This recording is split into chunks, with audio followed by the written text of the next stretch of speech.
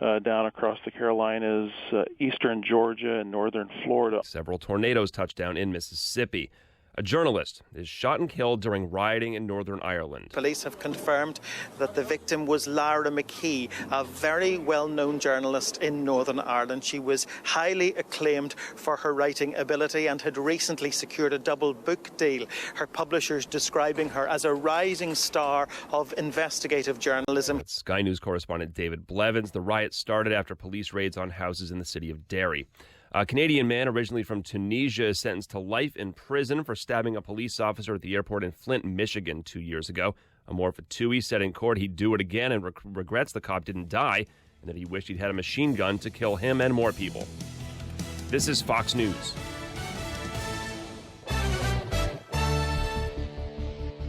In Chicago this Good Friday, 42 degrees. Mostly cloudy skies on AM 560. The Answer. Good morning. I'm Mike Scott. Police and the FBI this morning are searching for a 5-year-old boy who went missing in Crystal Lake. Authorities say Andrew A.J. Friend was last seen Wednesday night in the first block of Dole Avenue. His parents last saw him when he went to bed, but were unable to find him when they woke up yesterday morning. Crews have been searching the waters around Crystal Lake. An Ohio man accused of pretending to be a missing Illinois boy is facing new charges, including identity theft. Federal prosecutors say a grand jury upped the charges against Brian Reaney this week to 2 counts of making false statements and aggravated identity theft. The 23-year-old is set to appear for an arraignment later today after being initially charged earlier this month when DNA testing proved he was not Timothy Pitson, who disappeared from Aurora in 2011. Major fallout from the controversial Jussie Smollett case. Embattled Cook County State's Attorney Kim Foxx is losing her 2 top deputies. Chief Ethics Officer April Perry and Mark Rotert are leaving her office next month. Perry sent out the memo announcing Foxx had recused herself from the Smollett case. Rotert is retiring after leading the Conviction Integrity Unit. Their departures come as Foxx faces even more scrutiny over her office's decision to drop charges accusing Smollett of staging a racist and homophobic attack in Chicago in January. It turned out to be a hoax. A reputed gang member is guilty of murdering a 7-year-old Chicago girl in 2012. Cook County jury convicted Jarrell Dorsey yesterday in the death of Heaven Sutton. Heaven Sutton's mother says justice was served. He didn't have no remorse. His family didn't have no remorse. They come in the courtroom and they look at me and roll their eyes. I didn't kill Heaven. Your son did. And I got justice today. Prosecutors say Dorsey shot and killed the girl while firing at rival gang members. He'll face a minimum of 45 years in prison. 2 men are dead after they shot each other in what's believed to be an attempted robbery on Chicago's South Side. Mark Miller was standing outside of a home yesterday morning near 68th and South St. Lawrence when a man armed with a gun tried to rob him. The 2 exchanged gunfire before both were found dead at the scene. Miller was a licensed concealed carry permit holder. In a follow-up to a story we told you about earlier this week, 21 people now face charges following dozens of rental car thefts in Chicago. Police say they arrested more people after more than 100 Mercedes-Benzes were stolen from the app-based rentals service Car2Go. Several were taken into custody Wednesday when the company announced it was suspending service because of major fraud issues. A suburban real estate developer accused of directing legal help to powerful Chicago Alderman Ed Burke in exchange for help at City Hall is pleading not guilty. Charles Seaway was charged last week in a 4-count indictment with federal program bribery and interstate commerce to facilitate bribery. He's also charged with lying to the FBI. It's a massive political payoff for simply steering votes, and taxpayers in Illinois will foot the bill. Former top Democrat in the Quad Cities has a new job this morning. Doug House will be the new deputy director at IDOT. His new job, simply working with federal officials to get more money for roads and bridges. House played a key role in getting Governor J.B. Pritzker elected last year. A Beardstown, Illinois woman is facing charges for spiking an Illinois state trooper's drink. Valeria Martinez is accused of introducing an illegal substance into the trooper's sports drink bottle located in a squad car. The incident happened when Martinez and a traveling companion were stopped, pulled over Tuesday night. The affected trooper is recovering. A donkey appears to be okay after it was found wandering on the Jane Addams Tollway on the northwest suburbs. Authorities say a Cook County Sheriff's Sergeant spotted the donkey. It has a name, Dusty, roaming the middle lanes of the expressway near Arlington Heights Road. The animal apparently got loose from an unsecured trailer. Chicago lost one of its greats this week with the passing of legendary local sportscaster Chet Coppock. He died Wednesday at the age of 70 as a result of injuries suffered in a car accident last week outside Hilton Head. The Northfield native was a leading sportscaster at NBC5 in the 80s, hosted the popular Coppock on Sports radio program on the old WMAQ radio. He's known for his flamboyant style and fun antics on the air. But you may not know that Chet Coppock started in television in Indianapolis, alongside future NBC Today show anchor Jane Pauley and some weather guy named David Letterman, fresh out of Ball State University. Nicholas Castellanos, Grayson Greiner combined to go 6 for 8 with 3 doubles and 4 RBI. Tigers 9-7 winners over the White Sox in Detroit. Sox skipper Ricky Renteria. Yeah, stuff is good. It's just, you're right. He started out with the boop hit and then just seemed to lose his command arm side a little bit. Those guys are trying to bunt. He just wasn't able to get it to the side of the plate they needed to in order to allow them either to execute their play or miss. Renteria on his 2 pitchers, Ivan Nova and Carson Fulmer, who took the loss. Game 2 of the series tonight, Carlos Rodon on the hill. Cubs set to begin a 3-game set with the D-backs today. Kyle Hendricks will take the bump. The news service of Express Services Incorporated. You work hard. You know what it takes to succeed. Now it's time to put that experience to work. Launching your business. For a limited time, Express Employment Professionals will give you $25,000 to open your franchise. Get to know Express at expressfranchising.com. 5:08, a check of traffic and weather on the way next on AM 560. Larry Elder watches the Democrats continue to scramble. Didn't have the collusion, didn't have the conspiracy, didn't have the coordination you want. So now you're going to get it, and no matter what he says, if he says Trump did not collude, you'll say, ha-ha! He didn't say certainly did not conclude, so therefore it wasn't definitive. It doesn't matter. You didn't get what you wanted. The Larry Elder Show, weeknights at 7, right before Jay Sekulow at 9 on AM 560.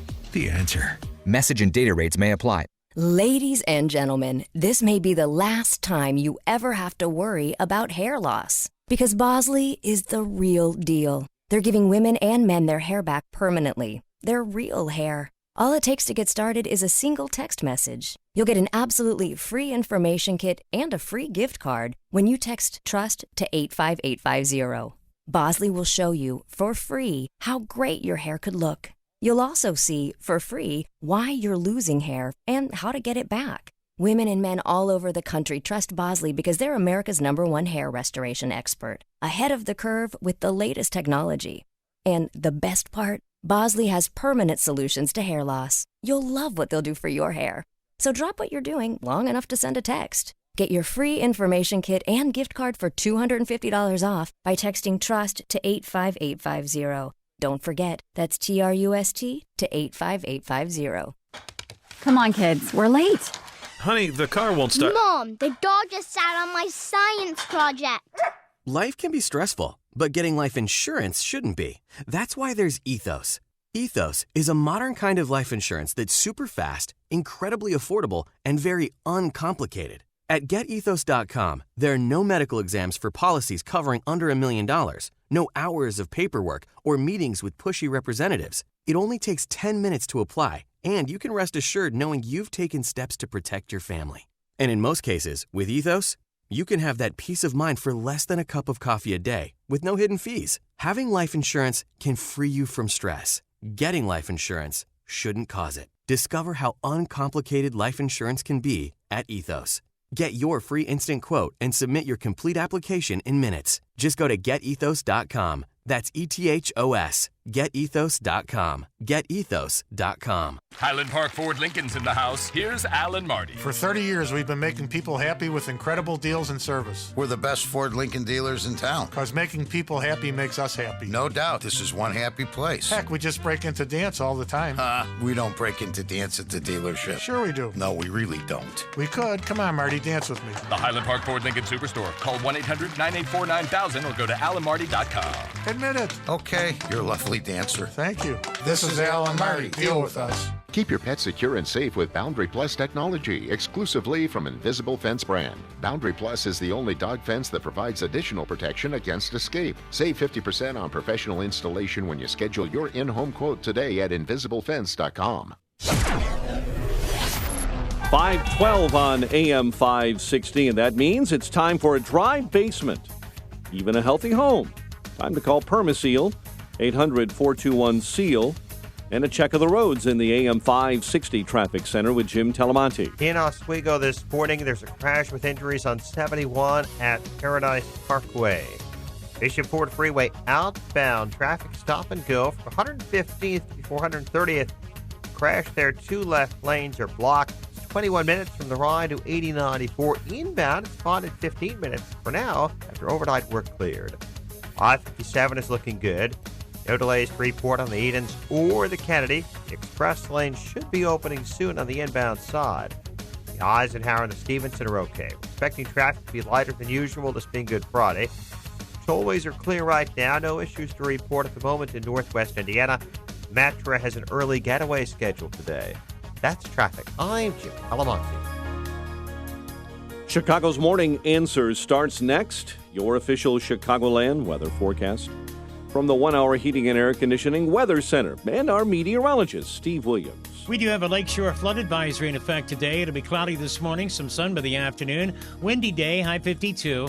Clear breezy tonight, low 39. Sunny breezy tomorrow with a high 62. Partly sunny Sunday, high 77. I'm Steve Williams on AM 560, The Answer. 42 O'Hare, 41 along the lakefront. Your next news update is at 5:30. Chicago's Morning Answer with Dan and Amy starts now on AM 560, The Answer. This hourly segment is brought to you by On Target Radio. From firearms and Second Amendment rights to personal freedoms and government intrusions. Listen here Sunday nights at 9. This is Chicago's Morning Answer with Dan Proft and Amy Jacobson on AM 560. The Answer.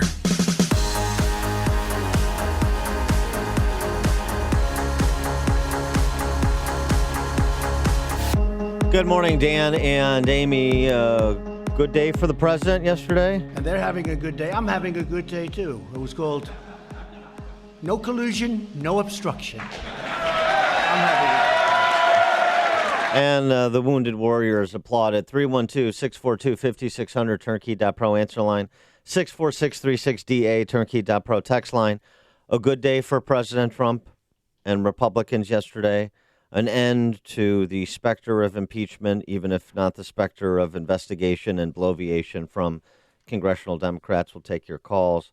448-page Mueller report released, and as Rich Lowry tweeted from National Review. What did he say? Funny thing about that report. Easy beach read? What?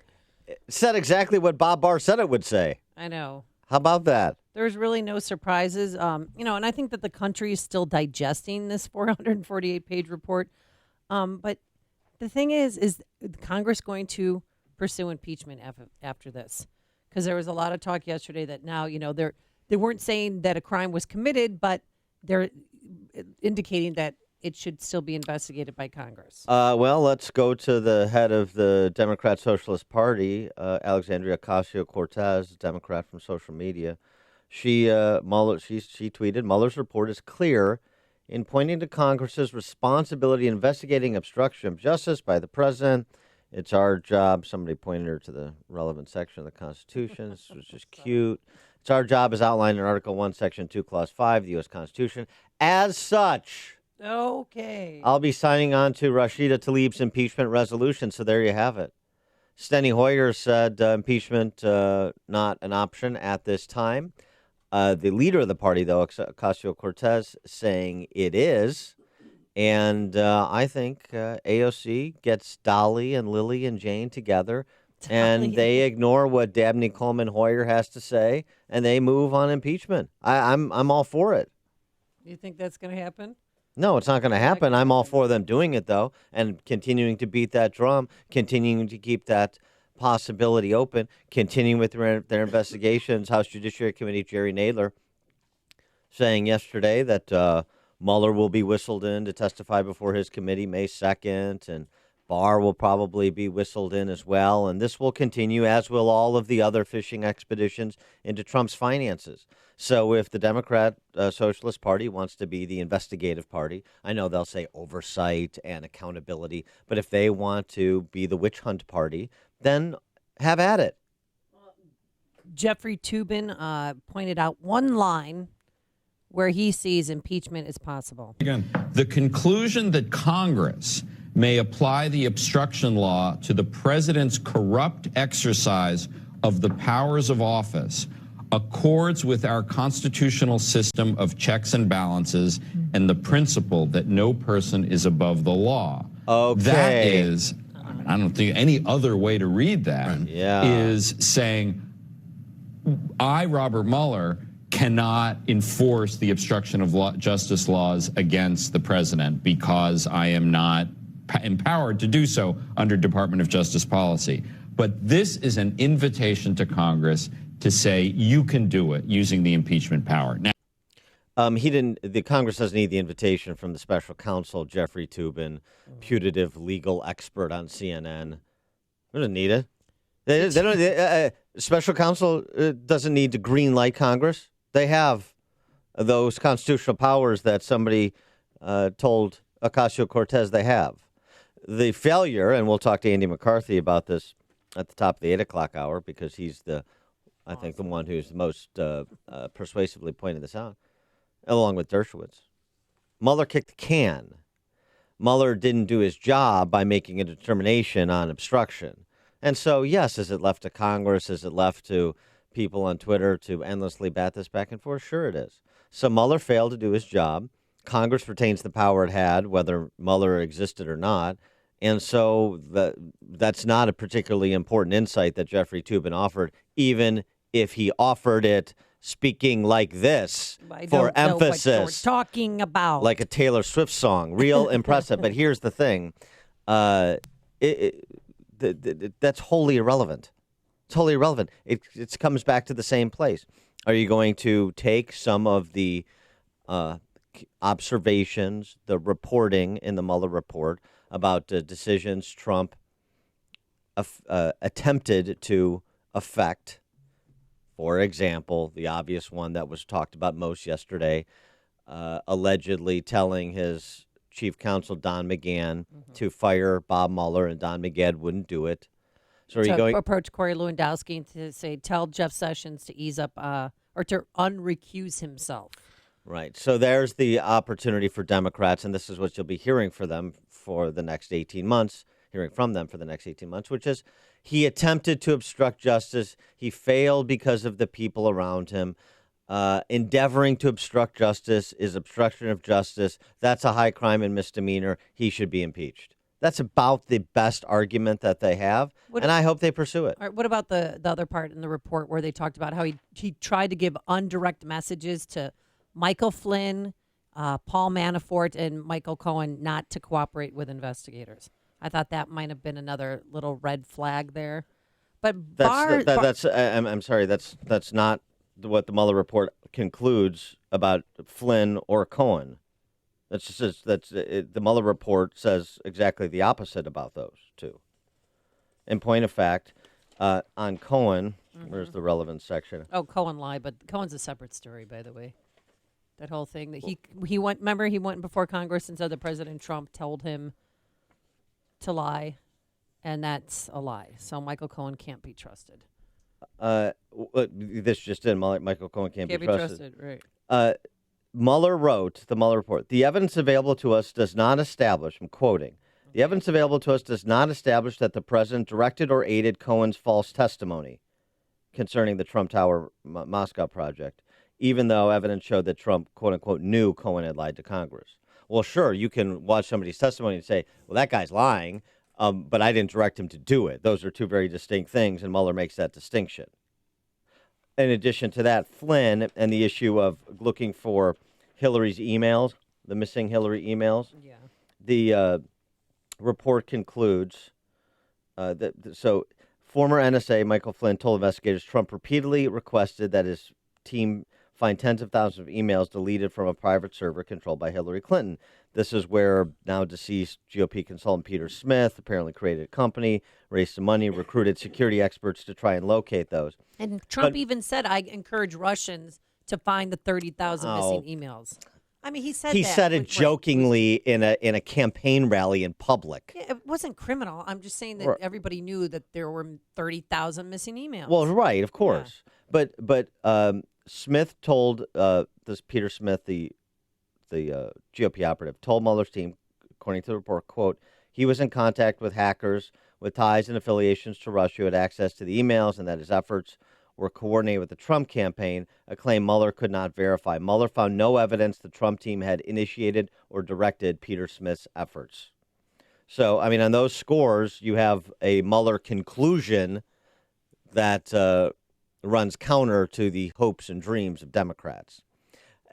But I just taking a step back, we'll go chapter and verse on some of the key excerpts. But taking a step back, one of the most remarkable exchanges yesterday, and there were many. Many remarkable exchanges. CNN's faces when they're all looking at their phones when this report was being released, and they're shocked that there was nothing there. Yeah, did you see their panel? It was 8 men out. There was 8 of them all agreeing with one another on a CNN, ARC roundtable. I mean, it's the most. They're so absurd. I don't think they have any idea how absurd they are. That's why Glenn Greenwald will be here in quotation form from his appearance on Tucker Carlson to provide some color on that. Somebody who is in no way, shape, or form a Trump supporter or Trump fan. But one of the more interesting exchanges, I thought, Jay Sekulow, one of the counselors to the president, part of his legal team, with Brian Williams. I assume how did those two cats get together? I assume Brian Williams just got back from some sort of combat mission. No. He's an 11 o'clock anchor on MSNBC. Right, I know. Right, I was referencing his pathological lying. That's what I was referencing. But Jay Sekulow, the top line, how can you conclude that President Trump didn't collude with Russia? That's the conclusion of the Mueller report. Listen to this exchange, and Jay Sekulow having to read to Brian Williams the actual conclusions of the report. Jay Sekulow, who is on the president's legal team. Counselor, thank you very much for joining us. Sure. My first question, I'm afraid, is going to verge on plain English. Where did the Attorney General get off with that characterization this morning, including 4 mentions that there was no collusion? What document was he reading compared to the one we're left with? Well, page 2 of the document says the investigation did not establish that members of the Trump campaign coordinated with the Russian government in its election interference activities. So it's right from the document itself. Have you read part 1? I have read part 1 and part 2. You find good news in here for the president and the administration? The investigation did not, page 181, the investigation did not establish that the contacts described in volume 1, that's the Russian contacts, amounted to an agreement to commit any violation of federal criminal law, including foreign influence and campaign finance laws. Yeah, I think it's a very good win. Yeah. And then Brokaw, asked for help from somebody else on the desk. I mean, how can you conclude there was no collusion? Because that's what Mueller concluded, Brian, Tom, whatever your name is. What's the difference? The juicy part, too, I mean, if you want to get into it, was when Jody Hunt, she's an assistant attorney general, described what Trump's reaction was when Jeff Sessions told him about the investigation. Oh, my God, this is terrible. This is the end of my presidency. I'm effed. But I don't even know if I believe that. Well, do you think that he slumped down in his chair and he was dejected and he was concerned? But I'd be concerned too. I mean, this has been a 2-year investigation and clearly a witch hunt. But that was the juicy part from yesterday. You have to read the rest of it. The president returned to the consequences of the appointment and said, everyone tells me if you get one of these independent counsels, it ruins your presidency. It takes years and years, and I won't be able to do anything. This is the worst thing that ever happened to me. It was a concern about his political power and his policy agenda. It wasn't a concern that he was going to be criminally charged with something. So, yes, I'm effed made the Twitterverse and was headlines and all the D.C. press corps outlets. But the context is important. And by the way, even some people who noted the context either have a reading comprehension problem or a Trump derangement syndrome prevents their understanding of what exactly that means. Everyone tells me it besets your administration for years. It's about his ability to do anything. It's not about concern that he's going to prison. Craig in Mount Greenwood, you're on Chicago's Morning Answer. Yeah, Dan and Amy, you guys are right on about all these things, but I think that what Mueller did here, it memorializes forever just exactly how corrupt he was right from the beginning. I mean, they talk about him with all the Democrat lawyers and all that, but the fact that all he had to do was write a page or two about Trump didn't do it and everything, and all those hundreds and hundreds of pages of all this garbage that has no business coming from a special counsel like that. Wow. They refer to it as a roadmap for the politicians to continue to go after Trump and everything. I think it'll go down in history like what this Mueller guy did, and now it started a whole nother mess all over again. Thanks for the call, Craig. Although I would say it's provided an opportunity for Bill Barr to relook at 2016, and that could be very interesting. Tony on the South Side. Good morning, Dan. Good morning, Lammy Lamb. I'll tell you what, I finally got a payoff after 2 years. Brian Williams and JJ, that's the best. I'm laughing, okay? This is what we need to do. We need to round up everybody that watches Brian Williams and send them to a re-education camp, because that is not news. I don't know what that is. That's comedy. I love that. That's the best. There's nobody funnier on a news desk than Brian Williams, no question. It's what Chicago is talking about. It's Chicago's Morning Answer with Dan and Amy on AM 560. The Answer. Are you putting your retirement savings in a 401k, IRA, or investment account? Then I have one word of advice. Stop. Experts warn of a stock market crash any day now, and you could lose 50% or more of your hard-earned savings again. But you don't have to lose a penny. There's a better, safer way to save for retirement, and you can learn about it in a free report. This method continues to grow your money even when the market tumbles. To get this free report, go to bankonyourself.com. That's bankonyourself.com. Bankonyourself.com. Highland Park Ford Lincoln's in the house. Here's Alan Marty. For 30 years, we've been making people happy with incredible deals and service. We're the best Ford Lincoln dealers in town. Because making people happy makes us happy. No doubt. This is one happy place. Heck, we just break into dance all the time. We don't break into dance at the dealership. Sure we do. No, we really don't. We could. Come on, Marty, dance with me. The Highland Park Ford Lincoln Superstore. Call 1-800-984-9000 or go to alanmarty.com. Admit it. Okay, you're a lovely dancer. Thank you. This is Alan Marty. Deal with us. Since 1970, Ditch Witch Midwest has been a trusted family-owned construction equipment dealer. And for those 50 years, construction professionals have partnered with Ditch Witch Midwest for all their underground construction needs. Whatever the job calls for, from trenchers, directional drills, vacuum excavation, to cable plows, Ditch Witch Midwest is always there to provide you with the best solutions for all your underground construction jobs. Ditch Witch Midwest works alongside construction professionals who put their work boots on every day, offering sales, service, parts, and rental solutions. They work hard to be your preferred equipment provider through a relationship that anticipates and exceeds your needs. Visit their website at ditchwitchmidwest.com to view the complete line of Ditch Witch products from the company that launched the industry. You can also call 1-800-243-1328. That's 1-800-243-1328. Ditch Witch is not just building your neighborhood, they're also part of your neighborhood. Ditch Witch Midwest. We're in this together. AM 560. The Answer. Coming up on Chicago's Morning Answer. We'll continue with our discussion of the Mueller report and the reactions, take your calls, and build off of our Brian Williams exchange there to talk a little bit about the media reckoning that is due in the wake of what the Mueller report contains. That's at 5:38. Kellyanne Conway, they're accepting apologies. Also, Sarah Sanders may have a credibility issue, and why and how a donkey ended up on I-90 in Arlington Heights Road. It's fascinating. But first, let's get into the newsroom. Here's Mike Scott. 42 degrees. Chair of the House Intelligence Committee lashing out at President Trump this morning. Democrat Representative Adam Schiff says he believes the Mueller report shows the president may have misled the American public. Certainly what Bob Mueller has revealed on the obstruction of justice issue is the most concerning, because that, of course, involves the president's own conduct, his own falsehoods to the American people, his efforts to get other people to tell lies. The report cites no underlying crime of coordination or collusion.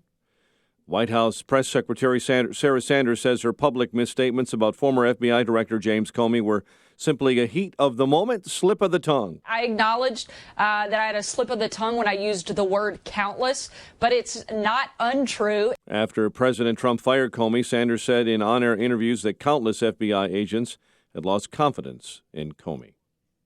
Senate Majority Leader Mitch McConnell this morning will introduce legislation to raise the national smoking age. By raising the age that you could legally purchase to 21, tobacco won't be in most high schools, presenting fewer opportunities for children to get their hands on vaping devices. The Republican lawmaker plans to introduce his bill and make the announcement in his home state of Kentucky.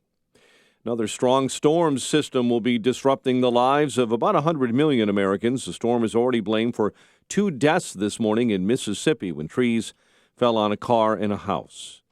3 professional mountain climbers presumed dead after an avalanche in the Canadian Rockies, 2 Austrians and an American climber. 3 climbers were members of the North Face Global Athlete team. On this Good Friday, Cardinal Timothy Dolan's Easter message is hope and welcome.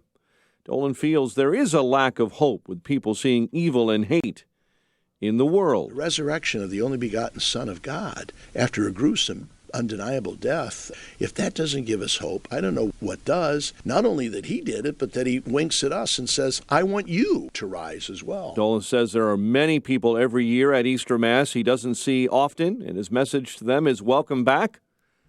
We do this every Sunday. Here in Chicago, police and the FBI are looking for a 5-year-old boy who went missing in Crystal Lake. Andrew A.J. Friend was last seen Wednesday night. His parents say they last saw him when he went to bed. Major fallout from the controversial Jussie Smollett case. Embattled Cook County State's Attorney Kim Foxx losing her 2 top deputies, Chief Ethics Officer April Perry and Mark Rotert, are leaving her office next month. Chicago coming off a record-breaking year for tourism. The city set a new record in 2018 with 57.7 million visitors. Tigers 9-7 winners over the White Sox in Detroit. Cubs will begin a 3-game set with the D-backs today. 5:34 and a check of traffic and weather on the way next on AM 560.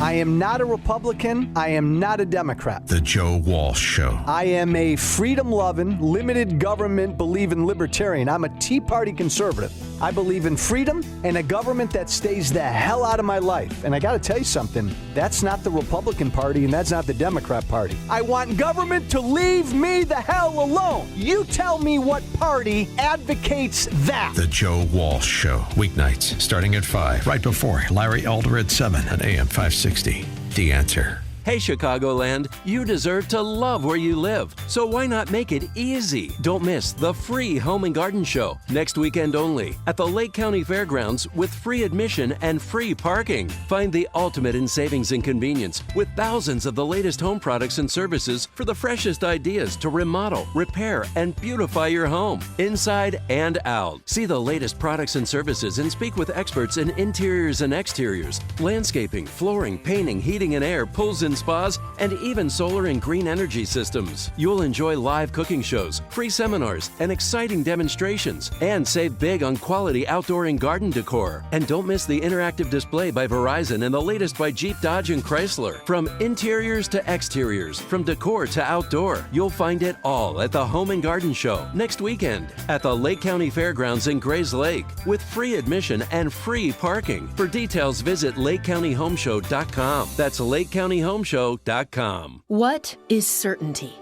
Certainty is the passionate commitment to fulfill every promise. Certainty is 4imprint, a caring, trusted team of promotional product experts, minding every detail to ensure your logo will look perfect on everything from apparel, drinkware to trade show traffic stoppers, and hot tech. All delivered on time, every time, with the promise of your satisfaction guaranteed. So, what does certainty bring? Promotional items exceeding expectations, a buzz of excitement for your team and your customers, a pep in your step, a fist pump, a whoop, a tingle, a grin, a laugh, or even one quiet word that no one will ever hear. Yes! Explore thousands of promotional products at 4imprint.com. That's the number 4imprint.com. 4imprint, for certain. 5:37.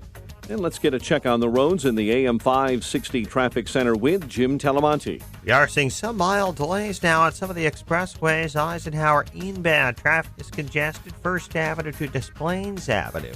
It's 30 minutes from 390 to downtown. Outbound Fonda at 29. There was a medical emergency on 390 eastbound at Meacham. Lanes have quickly reopened after that situation. Edens and Kennedy are fine right now. Stevenson still looking okay. We find a little congestion around Cicero. We're going to Ryan. A little bit congested approaching downtown Chicago. I-57 looks great. Fisher Ford inbound, tight Cottage Grove to the merge. 16 minutes, 80-94 to the Ryan. Outbound 17 after a crash before 130th. Tollways are looking great. That's traffic. I'm Jim Talamonte on AM 560 The Answer. Chicago's Morning Answer continues next, and your official Chicagoland weather forecast from the 1-hour heating and air conditioning weather center. Windy, cloudy. This morning, with some light rain showers still crossing the area. Then clouds and sun this afternoon. A blustery high of 52. Currently 42. Your next news update is at 6. And Chicago's Morning Answer with Dan and Amy continues next on AM 560 The Answer.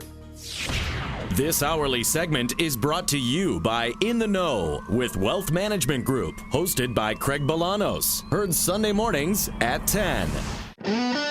If you're looking for the latest news, insight into what it means, and the sharpest opinion, there's only one station in Chicago where you can turn, and it's this one. We're AM 560, The Answer. Good morning and a happy and holy Good Friday. Dan and Amy, we're going over the Mueller report. I'm going to take the media piece of this. There's a lot of aspects to it, obviously. The media reckoning. One of the things that is underappreciated about the D.C. press corps, because we so often focus on the fellow traveler bias, right? 84 to 92% of the D.C. press corps votes for the Democrat nominee for president, has for the last 50 years. That says something about the kind of coverage you're going to get, the kind of stories that will be reported, and certainly this whole Russiagate investigation is an example of that in so many respects. But there's another aspect of the D.C. press corps. How, taken as a collective, there are some exceptions, taken as a collective, their dullness. They are not bright. There is no prerequisite to be a reader or a thinker to be a reporter. So let me introduce you to... What, Brian Williams again? No. There's somebody worse than Brian Williams? Well, pathological liar. This is just dope. Paula Reed, she's a reporter for CBS News. Oh, yeah. This exchange between Paula Reed and Bill Barr at his press conference yesterday that we took live here where Bill Barr has to explain in sort of an embarrassing fashion for her what the word unprecedented means. Mr. Attorney General, it's not just Democrats who have questioned some of the process here. A Republican-appointed judge on Tuesday said you have, quote, created an environment that has caused a significant part of the American public to be concerned about these redactions. You cleared the president on obstruction. The president is fundraising off of your comments about spying. And here you have remarks that are quite generous to the president, including acknowledging his feelings and his emotions. So what do you say to people on both sides of the aisle who are concerned that you are trying to protect the president? Well, actually, the statements about his sincere beliefs are recognized in the report, that there was substantial evidence for that. So I'm not sure what your basis is for saying that I am being generous to the president. You face an unprecedented situation. It just seems like there's a lot of effort to go out of your way to acknowledge how this. Well, is there another precedent for it? No, but it's unusual. Okay, so unprecedented is an accurate description. Right. So there's. I said this is an unprecedented situation because there's no precedent for it. You said it's unprecedented. What does that mean? It means there's no precedent for it. Next question. This is the level you're dealing with, generally speaking, in the D.C. press corps. I don't think that can be emphasized enough.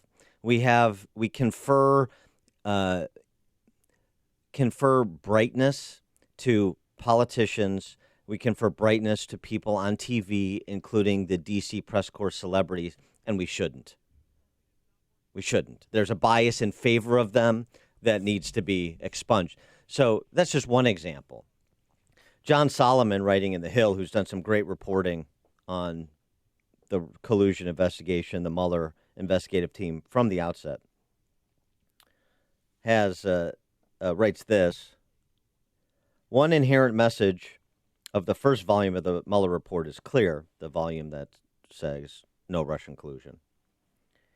It is time for the professional media to assume responsibility for its role in inflaming the public with a scandal that wasn't proven by endlessly quoting intelligence and partisan political sources whose claims went far beyond the evidence it slithered upon. And that was the topic that Glenn Greenwald and Tucker Carlson kicked around last night in his show. The problem with the D.C. press corps. Glenn Greenwald from The Intercept. I mean, this is one of the problems, I think, that allowed the media to just go so far off the rails, is that especially those two cable networks, but also even newspapers, pretty much prohibited dissent from ever being heard, so they constantly fed each other these conspiracy theories and told each other that they were on the right track every time they advanced it further, and never really had to confront anybody who questioned or challenged them in any way. I've spent the last 2 years debating everyone I can find who had different views than I had on this whole saga, because I wanted to make certain that the things I was saying were scrutinized and subjected to critical rigor. And that's exactly what they avoided, and that's the reason why they went so far off the rails. And nobody should be surprised about this, because so many of the leading lights of the D.C. press corps said this is exactly what they were going to do upon Trump's election, that the next 4 years or however long it took to get Trump was their mission, that the normal rules of journalism, whatever they are, were suspended. Well, they don't apply to him. Right. They've even said, too. It was get Trump at all costs. I know friends in the media who've said this is what we are going to do. We are going to now make sure that we get him out of office by any means possible. And even some of my liberal lady friends said, now we have to focus on impeachment. I'm like, oh, okay, well, good luck with that, because that's going to be a waste of time. And it's not going to attract people to the Democratic Party. I can tell you that. It's going to hurt you guys. Well, and so the media did that. And so we, as was anticipated, they hoist themselves by their own petard. Well, they fell flat on their faces yesterday. They did. I mean, that screenshot, because President Trump put together a montage via his Twitter page showing, and we'll play it for you later, showing, everyone's reaction. And you could see they're all on their phones and they're stunned into silence and even stammering a little bit. All of them were buried in their phones, trying to go through the report, saying there's nothing. And even David Gergen, who I love, David Gergen? David Gergen, excuse me. I get, all flustered when I talk about that. It's so intellectual. hot. And he came up and he just said, there's no obstruction So there's no collusion.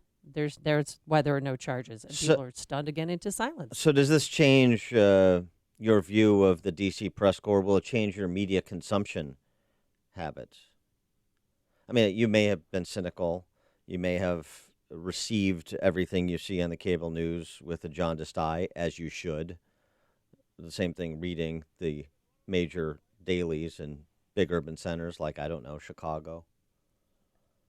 But does this change? I mean, is there a reckoning to be had here? Subscriptions canceling, TVs turning off, not believing those who manufactured anonymous sources to propagate their conspiracy theories. 312-642-5600, turnkey.pro answer line, 64636DA, turnkey.pro text line, because per Glenn Greenwald, this is Night of the Living Dead out there in the D.C. press corps. They don't have any brains, so they're looking for brains to feast upon. If you listen to the media discourse outside of a few circles, they've just put collusion and conspiracy and all of those conspiracy theories they've spent the last 3 years endorsing, just flushed it down the toilet like they don't even exist, and just seamlessly shifted to obstruction. And then they're conflating them to claim essentially that they were right all along. And that is really the alarming thing. I think that in a lot of ways, Donald Trump broke the brains of a lot of people, particularly people in the media who believe that telling lies, inventing conspiracy theories, being journalistically reckless, it's all justified to stop this unparalleled menace. And that's a good thing for an activist to think and a really bad thing for a journalist to think. And I can't emphasize enough, Glenn Greenwald has called Trump the most corrupt man to ever be elected president. He believes Trump lies with regularity and should be investigated on a number of fronts, including his financial dealings. So just some context on Greenwald and The Intercept. Not Trump apologists. Greg in Schaumburg, you're on Chicago's Morning Answer. Dan and Amy, Easter blessings to you. Thank you. First comment, the Barr comment about precedented, I stood up and cheered. I said, what a smackdown to those people. It was just flat awesome. Second thing, real quickly, I was left with the sense of how the country had been gypped of the first term of the Trump administration. And that is going to be a historic process of reconciliation, which will propel the second. But here's my main question, Dan. There's 12 secret criminal referrals that are referred to. Who are they? And if they are not Obama, Hillary, and Core, how deep do you recommend that the criminal prosecutions go, as it relates specifically to things that are tangentially related to this collusion issue, and that's the uranium story and other things that, last comment, Hannity has put on the map, hardly anybody else other than Hannity, and you guys have done. Thanks. Thanks for the call, Greg. Appreciate it. Just on the issue of what this has done to the country. Scarborough has one opinion. Dan Henninger in the Wall Street Journal has an opinion that is actually reasoned. He writes in the Journal, these institutions, the FBI, the intelligence services, the press, members of Congress, and cultural elites, believed or talked themselves into believing that taking down Donald Trump would be worth whatever damage this effort was doing to at least half the population's faith in them.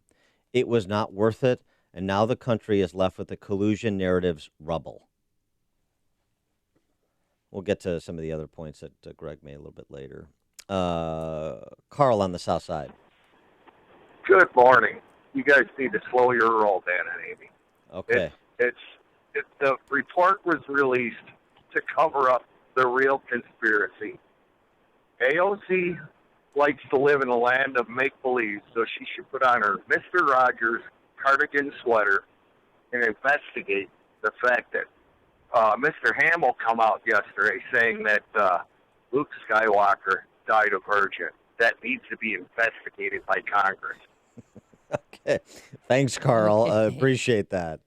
A lot of unanswered questions, including about Luke Skywalker. Okay. Carl, the other Carl in Arlington Heights. Good morning, Dan and Amy. I'm going to paraphrase this because this was right after the 2016 election when the New York Times wrote what was considered to be a mea culpa. They didn't read anything correctly. They didn't read the American electorate correctly, and they were going to do their best going forward to get it better, to get it done well, and just do their job better. And I wonder what your opinion is of what the next mea culpa, if in fact they write one, would be. I don't see a mea culpa coming. Thanks for the call, Carl. I don't see it at all. I know Glenn Greenwald suggested there may be some introspection and reflection on the coverage. That certainly wasn't evident yesterday. I mean, there are outlets, too, that sort of amplified this all and got the mob rolling, like BuzzFeed, that are sticking by stories that have been completely discredited. Right? I don't see it coming. BuzzFeed, remember their bombshell report. Their bombshell report was the one of them, quote unquote bombshells. Manafort shared polling data, and there was that connection to Russia. Right. Yeah. Mueller's team did not identify evidence of a connection between Manafort sharing polling data and Russian interference in the election, which already been reported by U.S. media outlets at the time of the August 2nd meeting. BuzzFeed is standing by that story. Still, there's not going to be. I just don't see the reckoning coming, and that's not to say that everything in here casts Trump in the most positive light. no, I mean, he's a president who sought to influence the investigation, and he wanted people to stop the investigation. I mean, William Barr even said it was getting underneath his skin. There is substantial evidence to show that the president was frustrated and angered by his sincere belief that the investigation was undermining his presidency. Yeah, but he didn't commit a crime. And the aides around him stopped him from doing things such as getting Mueller off the investigation. Well, this goes back to John Solomon writing his piece in The Hill, which is very good. I'll tweet it out. I recommend it. If he, meaning Trump, were a mob boss seeking to protect his racketeering empire, these actions would be slam dunk evidence of obstruction. But as Volume 1 of the Mueller report made clear, Trump committed no crime that he was trying to cover up. But CNN was suggesting, he lied to the American people, though. And the only thing is, with the Trump Tower meeting, remember when he talked about that his son was going to adopt a baby from Russia? And that's one of the reasons why they had the meeting? That was... And? Well, that's not what the meeting was about. He wasn't... Donald Trump Jr. was not looking to adopt or have a sixth child. That was misleading. Right. But maybe President Trump didn't know what was going on at that meeting. Has Trump always been truthful and accurate? No. Is that news? Is that worthy of a 2-year investigation? And $23 million? That the grounds for impeachment? If those are the grounds for impeachment, then you better clear out all three branches of government. Right. Scott on the West Side. Hey, Dan. Hi, Amy. Thanks for taking my call. We don't have to look at the Washington Press Corps to see that the narrative is going to continue. We can look locally. You can look at your radio station. Joe Walsh is continuing on with the narrative, and it's annoying, to be honest with you.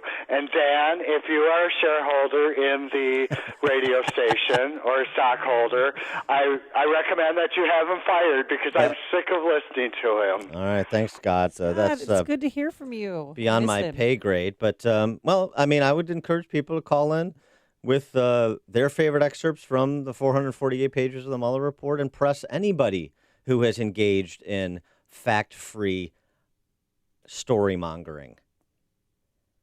Right? No one is above accountability, above reproach. Not me, not the president, not Joe Walsh, nobody. Go where the facts lead, real simple. You want to do a cheap imitation of Scarborough, you do it at your own peril. Tom in Deer Park. Yeah, I dialed the phone when you asked the question, do our opinion of the Washington Press Corps change upon yesterday? My answer is no. My opinion of the Washington Press Corps hasn't changed since yesterday. My opinion of Trump media hasn't changed since yesterday. And my impression and opinion of President Trump hasn't changed. I'm glad the President of the United States wasn't guilty of colluding with Russia, because as a citizen, I'm appreciative that he's not a spy or an operative. However, nothing has changed, only further proved the withstanding evidence that he's an incompetent liar. And I could go on for 20 minutes all through your commercials if you want me to go over that. So, no, nothing's changed in my mind on anything. And I don't think anyone else's mind, whose people's mind were made up. If you're a Trump defender, you stay a Trump defender. And if you're Washington press corps, you want to impeach him and jump off the bridge. And if you're just a skeptic tweeting out of his wife's garage like me, you're glad that he's not a Russian spy, but he's incompetent and done more damage to the Republican Party than I could imagine. That's my take. All right, thanks for the call, Tom. I think, if anything, this helps President Trump. I mean, again, his supporters are going to still support him, but he didn't help Russia hack into Democratic computers, and he didn't set up fake emails to influence the election. That was huge for me yesterday. That was something that stuck out. Here's the other thing, too. Despite what's in there, that does not cast President Trump in the most favorable light. And by the way, we're still going to get a response from the White House. There's that report that's forthcoming next week, according to Rudy G. So, but here's the thing. You can't tell me that facts matter and evidence matters and then just ignore all the facts and the evidence presented in the Mueller report. The cited information, the product of their investigation and interviews and subpoenas and document review and the like. You can't do it. You can't have it both ways. So for the Trump hater, you can't just dismiss this all and say, I don't care because he's corrupt and now I want to talk about something else. Okay. The evidence matters. The facts matter. And this is somebody, as I said before, that most on the left held up and said, whatever Bob Mueller comes up with, that's gospel to me. Is it still? Tom in Blue Island. Good morning, Dan and Amy. Thanks for taking the call. Agree with Scott from the West Side. Couldn't agree with him more. Dan and Amy, I had mentioned something. I revisited this with you guys a couple of times. This goes back to the Jeannie Ives Rauner thing. My concern, Dan, you couldn't be more right about the media, but they're brainwashed and they're not going anywhere. My problems with the Republicans, like Tom from Deer Park, that are so worried about the Republican Party and the future of what they're doing to the Republican Party, to us loser, idiot, scumbag, partially educated Trump supporters out here who see that he's getting a raw deal every chance they can. And Tom and Joe Walsh can take their morality and stick it where the sun don't shine. Thanks, Tom. The stories you need to know to start your day. This is Chicago's Morning Answer on AM 560. The Answer. The kids grew up so fast. Hard to believe it's been over 20 years since you were playing catch in the backyard or showing your youngest around the kitchen. Lots of memories in this house. But maybe it's time to make new memories in a house that's more suited to your current lifestyle. McNaughton Development brings all the quality, style, and upscale details you love in your current home in a custom home that better suits your present needs. You don't have to scale down and sacrifice everything you love in the home where your kids grew up. With McNaughton, you get the highest quality custom residential construction with exclusive amenities. Right now, McNaughton is building Lakeside Point of Burr Ridge. It's a community with 44 home sites in the heart of the Burr Ridge Village Center, featuring 7 refined ranch and first-floor master 2-story floor plans. You can walk to the finest restaurants and shops in Burr Ridge and enjoy maintenance-free living in a park setting with natural lake. Visit them online, luxuryemptynester.com, to learn more about Lakeside Point of Burr Ridge and their other suburban communities. luxuryemptynester.com. AM 560. The Answer. Coming up on Chicago's Morning Answer. Kim Foxx is losing her chief ethics officer. There's a position that doesn't need to be backfilled in that office at 6:06. And later, the donkey and the monkey. Oh, things are getting crazy around Animal here. stories. First, let's get into the newsroom. Here is Mike Scott. Police and the FBI searching for a missing Crystal Lake boy this morning. We'll have an update on that developing story. Chicago sets a tourism record for 2018, and the Tigers top the White Sox. WIND Chicago News Time, 6 o'clock. It's up to Congress and the American people now. I'm Chris Foster of Fox News. The special counsel Russia election meddling report is definitive to some, including the president and his supporters. Others have questions about his conduct and what should happen next. Live in D.C., Fox's Rachel Sutherland. Chris, the White House is celebrating the Mueller report. President Trump claiming the findings exonerate him. No collusion, no obstruction. The special counsel found no evidence of coordination with the Russian government, but after outlining a case for obstruction of justice, Mueller did not reach a conclusion. House Judiciary Committee Chair Jerry Nadler is not ruling out impeachment as he calls for the full, unredacted report. Disturbing evidence that President Trump engaged in obstruction of justice and other misconduct. In his report, Robert Mueller wrote that Congress has the authority to investigate obstruction of justice. Chris? Rachel, there's a report that former Vice President Joe Biden is finally ready to get into the presidential race. Here's Fox's Tanya J. Powers in New York. Chris, the announcement is said to be coming via video due to drop next Wednesday, according to reporting from The Atlantic, which cites sources in touch with top aides of the former vice president. Now, Biden, who is 76, has been mulling a run for the Democratic nomination for some time, and he rallied with striking supermarket workers yesterday in Boston. You build America. We build America. Ordinary middle-class people build America. At least 16 Democrats have already announced their campaigns, Chris. Tanya, a journalist has been shot and killed covering riots in Northern Ireland. The gunman appeared and fired a number of shots towards the police, and a young woman, Lyra McKee, 29 years old, was wounded. Assistant Chief Constable Mark Hamilton says that she died after being rushed to a hospital.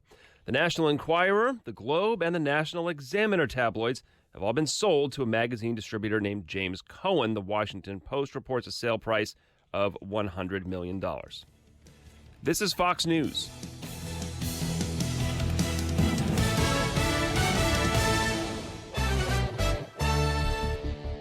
.42 degrees at 6:02 on AM 560. The Answer. Good morning. I'm Mike Scott. Police this morning and the FBI are searching for a 5-year-old boy who went missing in Crystal Lake. His parents last saw him when he went to bed, but were unable to find Andrew A.J. Friend when they woke up yesterday morning. Crews have been searching the waters and areas around Crystal Lake. More major fallout from the controversial Jussie Smollett case.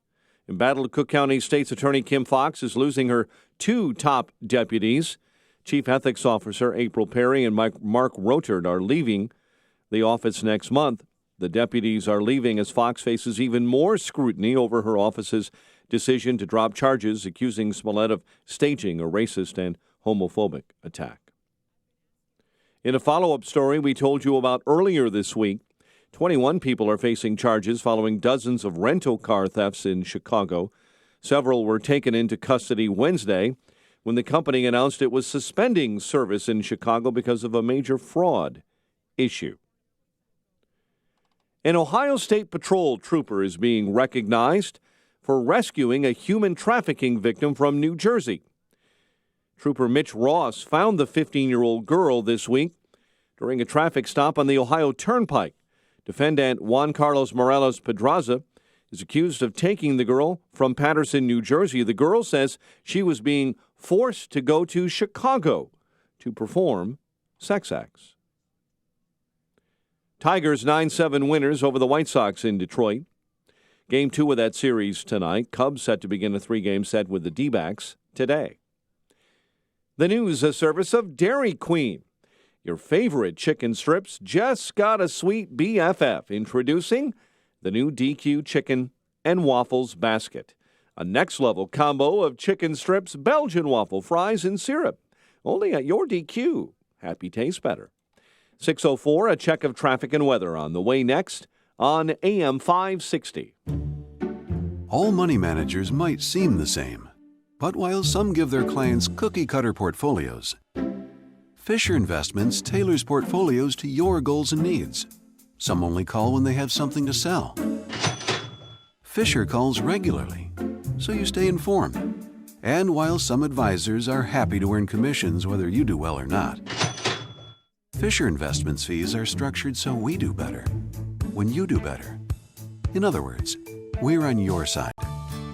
Maybe that's why most of our clients come from other money managers. So if you're in or nearing retirement, talk with us and find out why investors are switching to and staying with Fisher Investments. Fisher Investments. Clearly better money management. Investments in securities involve the risk of loss. Visit us at FisherInvestments.com to find out what we can do for you. My name is David Hochberg at Team Hochberg. If you're purchasing a home, please listen to this important message. Other mortgage brokers advertise about getting pre-approved to purchase a home, even though they know pre-approvals are worthless. They're worthless because you can't purchase a home with a pre-approval letter. But you can purchase a home with a Team Hochberg approval letter. Team Hochberg will underwrite and approve your loan before you meet with a realtor. You'll know exactly what you can afford, and you can close within 14 business days of signing a contract. If you want to secure a pre-approval letter you can't use to purchase a home, call the other guys. If you're interested in securing an approval to purchase a home, call the local mortgage experts on Team Hochberg now at 855-56-DAVID or visit 56david.com. Team Hochberg has helped thousands of AM 560 listeners, but we can't help if you don't call 855-56-DAVID. That's 855-56-DAVID or visit 56david.com. Homeside Financial Equal Housing Lender, Illinois Residential Mortgage Licensee, MB 66761019, NMLS 1124061. What are you working for? It's about more than what you do. It's about achieving something greater for yourself and for others. So ADP is enabling people to work better and embrace new challenges, to work anywhere and everywhere, and helping everyone reach their full potential. At ADP, we're designing a better way to work so you can achieve what you're working for. HR, talent, time, benefits, and payroll. Informed by data and designed for people. Learn more at design.adp.com. You don't want to mess with the IRS. They have the power to garnish your paycheck, levy your bank account, and even take your home or business. That's all true. But thankfully, they're offering a way out. The Fresh Start Initiative. If you qualify, you could save thousands. The experts at Optima Tax Relief will fight to get you the best possible tax settlement, and they have an A+ rating with the BBB. Call Optima for your free consultation. Call 800-709-7022. 800-709-7022. Optima Tax Relief. Your unused prescription drugs could end up misused or stolen. Keep them safe. Clean them out. Take them back at DEA's National Prescription Drug Take-Back Day, Saturday, April 27th. Find a collection site at DEATakeback.com. 6:07. Let's check the roads in the AM 560 traffic center with Jim Talamonte. In Oswego, 71 is closed between Douglas and Forest due to a crash. Edens is good right now. No delays to report yet on the Kennedy. About Eisenhower, traffic is a little congested around Des Plaines Avenue and slow Ashland into the Burn Circle.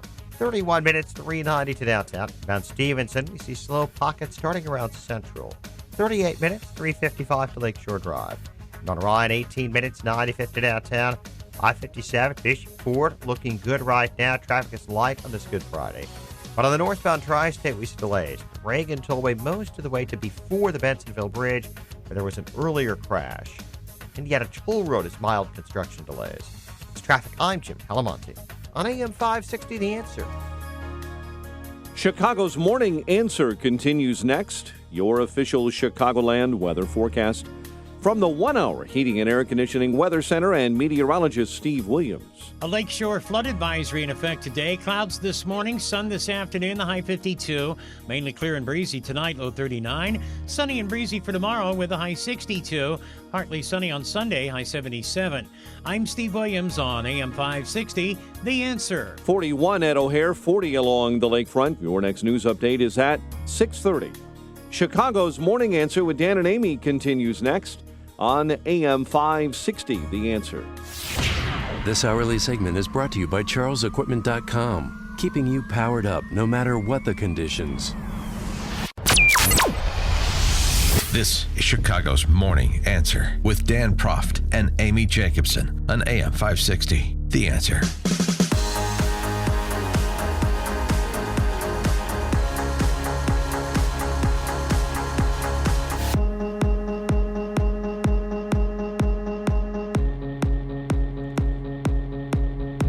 Top of the morning, Dan and Amy. Blessed Good Friday to Catholics and Christians out there in our listening audience. Episcopalians. That would be a Christian. I know, we're Christians. Sure. Thank you. Okay, the hits keep coming out of Kim Fox's office. You know it's bad when you're on page 6. Right, New York Post. New York Post. Famous gossip column. Chief Ethics Officer for the Cook County State's Attorney's Office, one of her underlings, April Perry and Mark Rotert are the two names, have both resigned Mr. Rotert resigned on March 27th, the day after news broke that all 16 felony charges against Jussie Smollett would be dropped, according to Sun-Times reporting. Good for him. Resignations come amidst a wave of backlash over Fox's handling of the Smollett case and an IG report, and hopefully an FBI IG look-see at her handling of the case, the state's attorney's office handling the case, and hopefully an FBI look-see at the same. In addition to that, we're still waiting for the FBI to make a determination on the threatening letter that was sent to Jussie, ostensibly by Jussie, to see if federal charges might be forthcoming. So it'd be nice to see federal charges forthcoming against both Jussie and maybe Kim, too.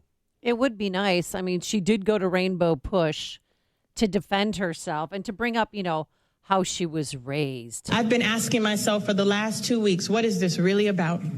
And as someone who has lived in this city, who came up from the projects of this city to serve as the first African-American woman in this role, it is disheartening to me and to the women and men for whom I represent that there is not a place I go that I don't represent for Cabrini. That's right. That when we get in these positions, that somehow goalposts change. Yeah, spare me. First, that was a couple of weeks ago at Push with Jussie Jr. And or Father Jussie Sr. and Michael Flager and the other race racketeers. The last refuge of the scoundrel. When the facts are, this is one thing she knows as a lawyer, when the facts aren't with you. Play the race card? Basically. It used to be attack your opponent, but that's essentially a version of it. By the way, this Cabrini Green stuff. Yeah. She's a long way from Cabrini Green, and she has been for a long time. She's a social climbing dilettante. That's what she is. And she's a star chaser. I mean, she goes to the Empire, wrap-up parties and all that. It was out in L.A., I think, at the Oscars? An Oscars party? Come on. But it was poignant because, we were on vacation with our listeners when she talked about Jussie Smollett in this case in particular and about criminal justice reform. I believe that this has sparked a reason for us to have a conversation about where we really stand on criminal justice reform. What we really believe when we talk about the rhetoric of a broken system and fixing it. It means that you have to have fidelity to that. And the efforts that I've had on criminal justice reform that were once celebrated by many in this county that are now being attacked because of one case and one celebrity, I think we have to ask ourselves, what is this really about? Well, that one case and one celebrity was treated differently than all of the other cases where you file a false police report and you plead guilty to it and then you have to pay full restitution. In this case, she didn't allow him or let him plead guilty, and he didn't have to pay full restitution. We've reviewed cases similar in nature where the adjudication was very different. This is not exactly on point, but it's sort of the converse. It's an interesting case. A Jewish Uptown resident who charged with a hate crime for drawing swastikas in his neighborhood before Election Day last November has pled guilty to a lesser charge of knowingly damaging property. Sentenced to 153 days time served, released after his guilty plea to the reduced charge. This is a unhinged leftist who had previously been accused of forcing neighbors' front gate open and shouting, "I'm going to rape you, you effing Republican. I'm calling the CIA. I'm going to kill all women and children," and so forth. Lord. But the point is this. So he was charged with a hate crime. But the Jussie Smollett case was a hate crime case. Yeah. Initially. So if you prosecute somebody who commits a hate crime, I would say you prosecute somebody who fakes a hate crime similarly to prosecuting somebody who commits one. Certainly when there's it's limited to property damage and no violence. But that's, of course, not what happened in the Smollett case. Now we have Michael Avenatti rearing his indicted head again. As FOIAs are locating more communication from Kim Foxx. Remember, we've already established through her text messages that her recusal in the Smollett case was a false recusal. She continued to communicate about the case. It was an inappropriate recusal in the first place. Should be the entire office. That didn't happen. Then she individually recused herself, except she didn't because she continued to communicate on the case. And now we find out that Michael Avenatti mulled getting involved in the Smollett case. He was considering representing the the two Nigerian-American brothers. Well, they clearly got a better attorney than him. Couldn't do Gloria worse. Schmidt, yeah. And also had initially reached out to Fox to talk about the R. Kelly case, which is pending. Oh, really? Steve Greenberg asked a judge, Steve Greenberg, who is R. Kelly's attorney, asked a judge earlier this month to make prosecutors turn over their communications with Avenatti. Greenberg had raised questions if Avenatti bullied or just simply manipulated Fox into charging Kelly with sexually abusing 4 women, 3 of whom were underage at the time.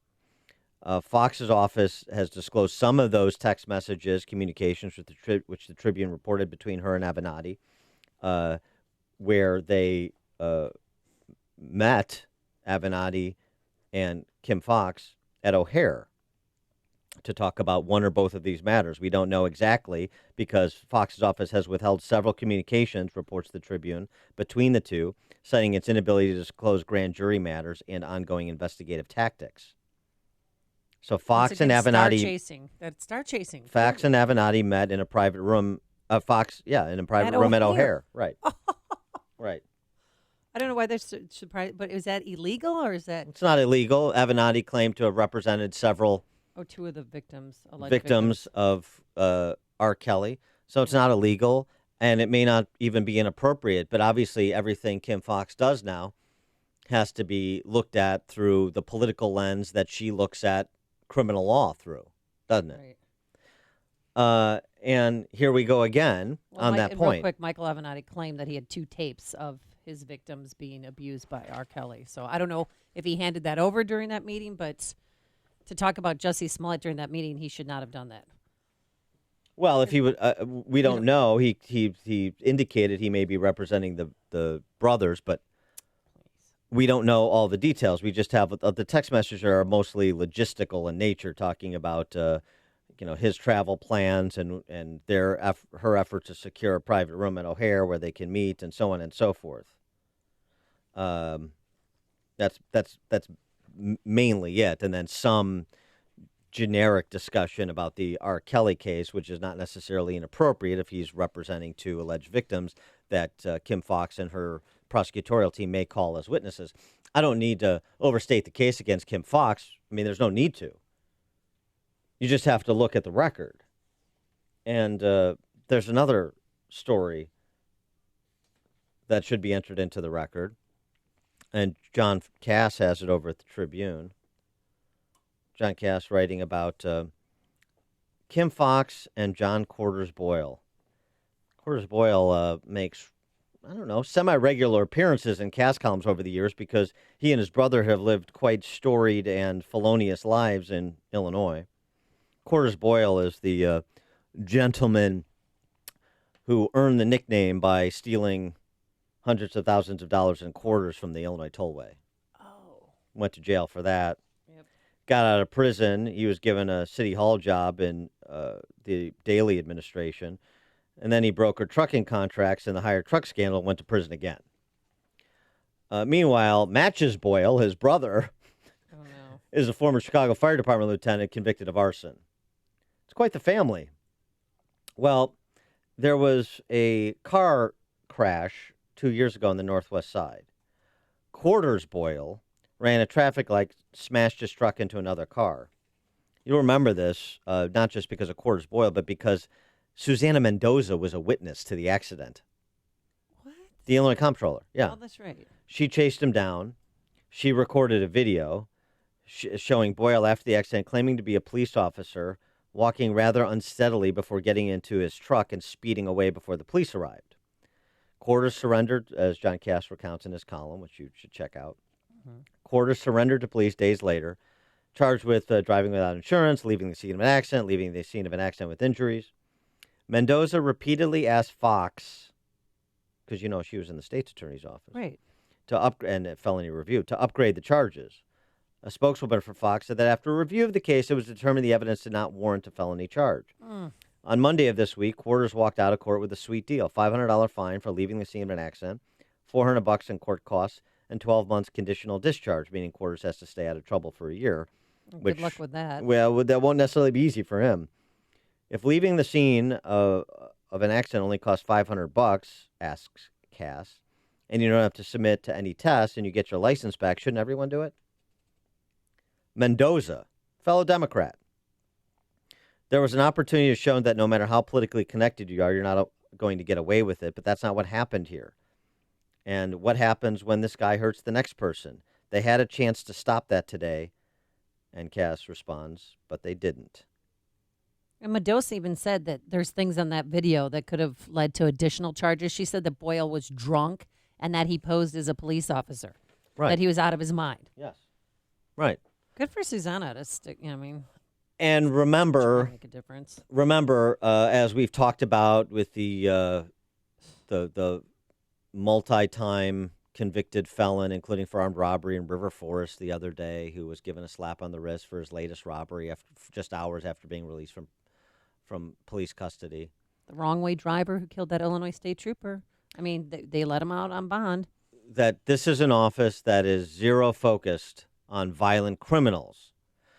Criminal justice reform, we have to let nonviolent people go, at least if they have certain connections or status. But we're focused on the violent criminals. That's what Kim Foxx is focused on. Oh, and you know those 27 rambunctious kids, honor students that you call them, Dan, that were Turning arrested? their lives around? Yeah. Well, they were charged, some of them, 27 of the 30 were, and released to their parents. Right. So what kind of message is that sending? Really? You should let them sweat it out and set bond instead of just releasing them to their parents. Greg in Jefferson Park. Hey, good morning, guys. Morning. You know what? There's another Boyle nobody knows about who's a real hero, Jimmy, the oldest son. There's Jimmy, the scumbag Jeff, Matches, and Johnny. Jimmy was the class president at Lane Tech, football team, basketball team, all kinds of honor societies. Ended up going to the U.S. Naval Academy, graduated from Naval Academy, became a pilot in the Navy, flying F-14s, flew in the original Gulf War, and then unfortunately died on a training mission, I believe in Idaho. So that poor woman has had 3 sons. The hero is dead, and the 2 worthless scumbags are still around. Unbelievable, man. Thanks for the call, Greg. Didn't know that about Jimmy Boyle. I'm sorry his brothers have sullied the family name. You've made the switch, and it feels so good.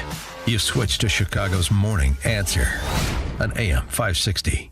The Answer. If you have pain, I hope you listen up. Hi, it's Mike Gallagher. You don't need to live in pain. Let me repeat that. You do not have to live in pain. Chronic pain is the worst, whether it's from an accident or pain that just develops. Chicagoland, you're in luck. Dr. Ken Candido is one of the nation's most respected and successful pain doctors. He's been voted one of Chicago's best pain doctors several times. Bottom line, he's the pain doctor you need. Dr. Candido of Chicago Anesthesia and Pain Specialists will help you get off pain medication and all of the side effects. How? By finding the source of your chronic pain and fixing it. This is Ken Candido of Chicago Anesthesia Pain Specialists. Let's make you pain-free. Call Dr. Ken Candido and make an appointment with a cutting-edge, respected, and successful pain physician.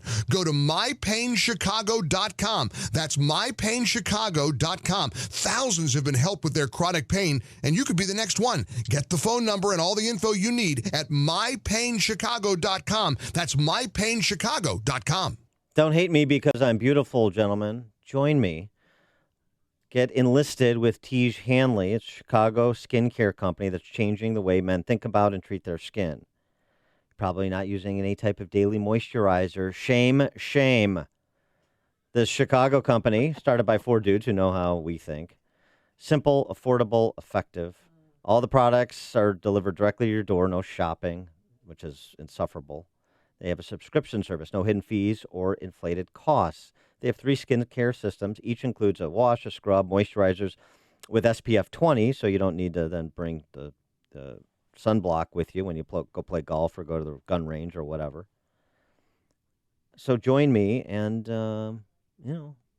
have the special woman in your life take a renewed interest in you.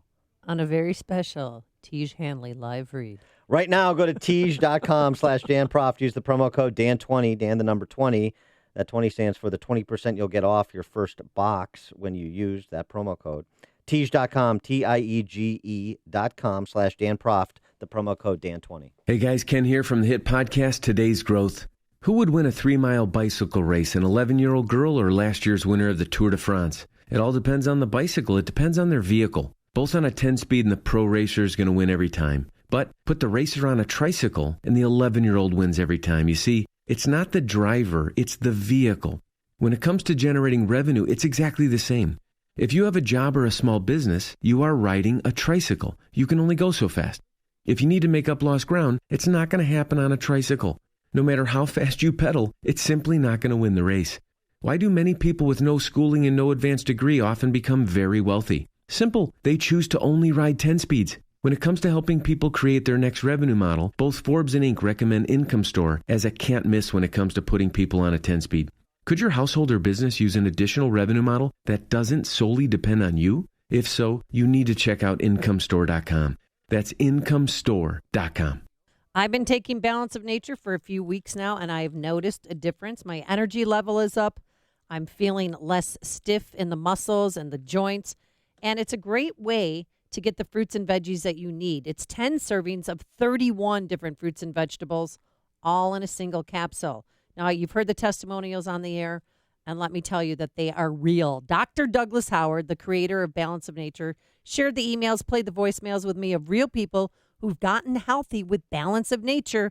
And again, I'm taking it too. And from now until Sunday, Easter, you'll receive 20% discount and free shipping on any first order of Balance of Nature when you use the promo code Chicago. This special radio offer will only be available through Sunday, so call now, 800-246-8751. That's 800-246-8751, or go to balanceofnature.com and use the promo code Chicago. That's balanceofnature.com.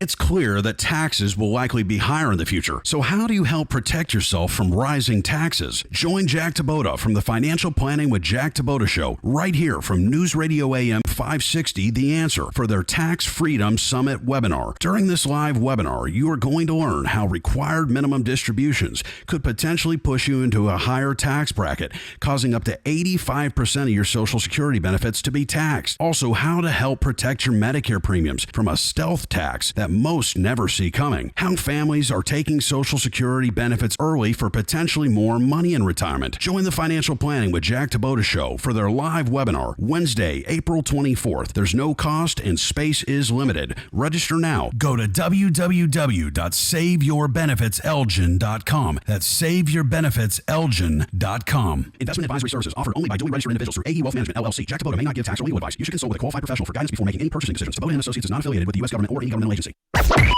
AM 560, The Answer.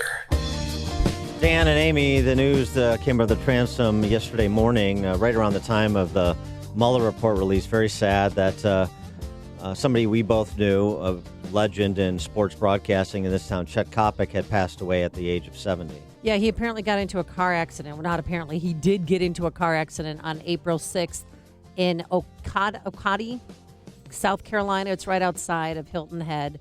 And it was a rainy day, pouring down rain. That's what the Lance Corporal told me. And that the woman driving his car, who's 50 years old, she's from Hammond, Indiana, she lost control of the vehicle, drove over the median, and smashed into a Land Rover, hitting it head on. Everybody had on their seatbelts. There was no alcohol involved, but he was hanging on for 6 days before the family decided to take him off life support. And it's so sad. He had just gotten work done on his face. I know that sounds because his daughter was getting married. She got married. Well, he did. He was very open about it.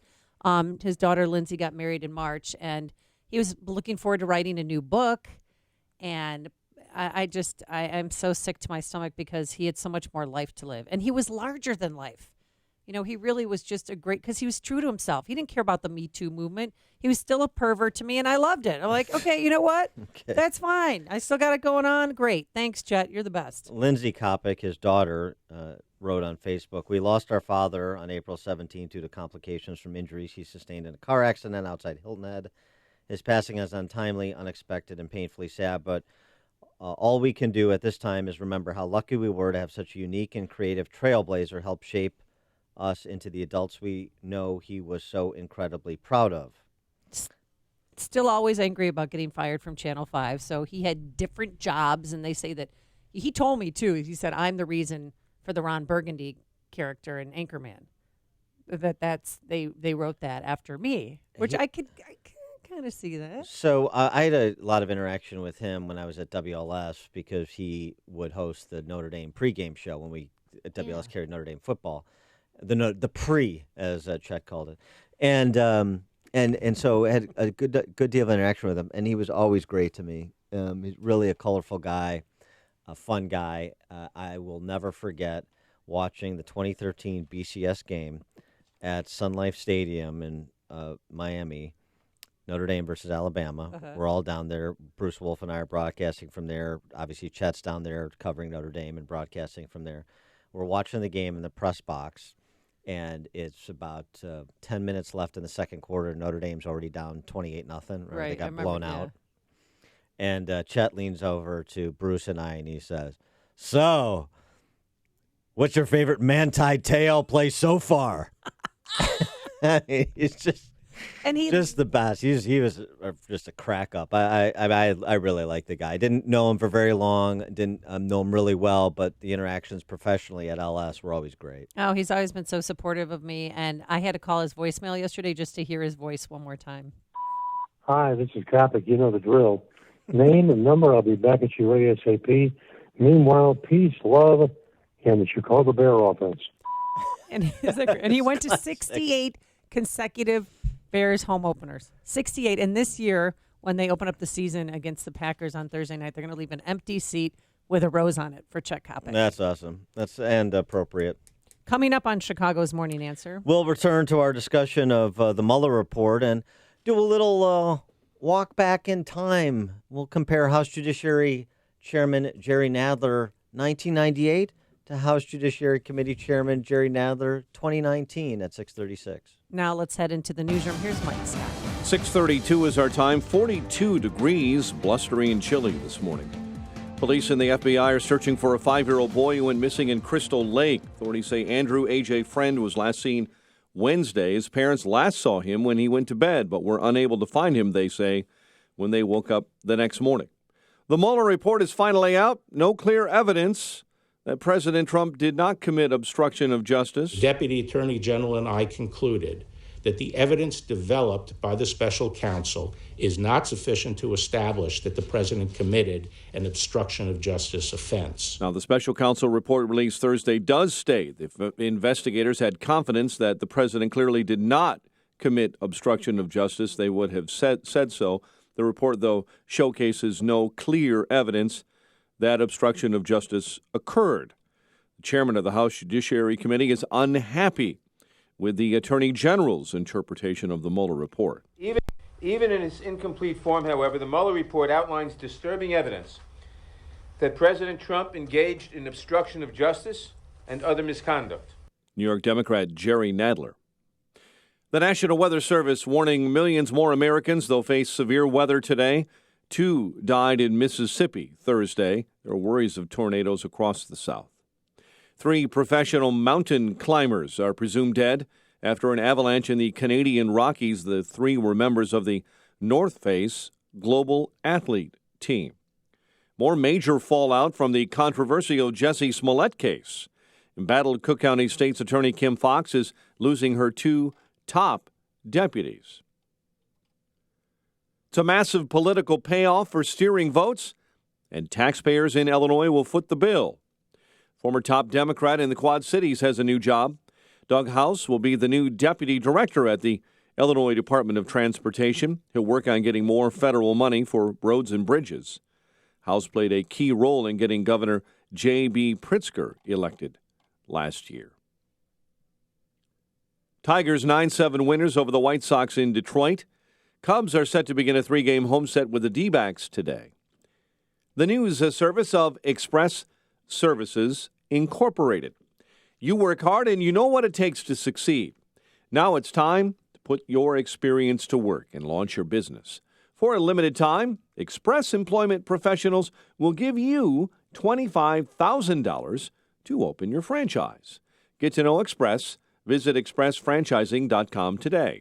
6:34. And a check of traffic and weather on the way next on AM 560. Do you own or run a thriving business in the Chicagoland area? Have you overcome obstacles to make your business what it is today? If that's your business, then AM 560 wants to tell your story on the AM 560 Business Tour, presented by Signature Bank. Chicago's Morning Answer with Dan Proft and Amy Jacobson will be broadcasting live from businesses all around Chicagoland, telling success stories of thriving, successful businesses. Hey, if that's you, tell us about it. Visit 560theanswer.com/business and submit your information. That's 560theanswer.com/business. Hi, this is Amy Jacobson. Spring is going to be here soon, and it's the perfect time to take notice of any paint issues. Call the professionals at CertaPro Painters right away to take care of your home. Our front porch and back porches were chipping and peeling, just an eyesore. But CertaPro Painters swooped in and made a huge difference. They also painted a majority of our rooms in our house, the quality, service, and attention to detail like no other paint company. You know, spring is the season of change. Time to change your wall color or exterior and transform your home with an updated new look. And if you want some help with colors, they've got you covered with in-home color consultation or online with a color visualizer. Don't put it off. Time to hire CertaPro Painters, your residential and commercial painting expert. Schedule a free estimate online at CertaPro.com. That's Certa with a C, or call 1-800-GO-CERTA. Each CertaPro Painters business is independently owned and operated. CertaPro Painters, we do painting, you do life. Message and data rates may apply.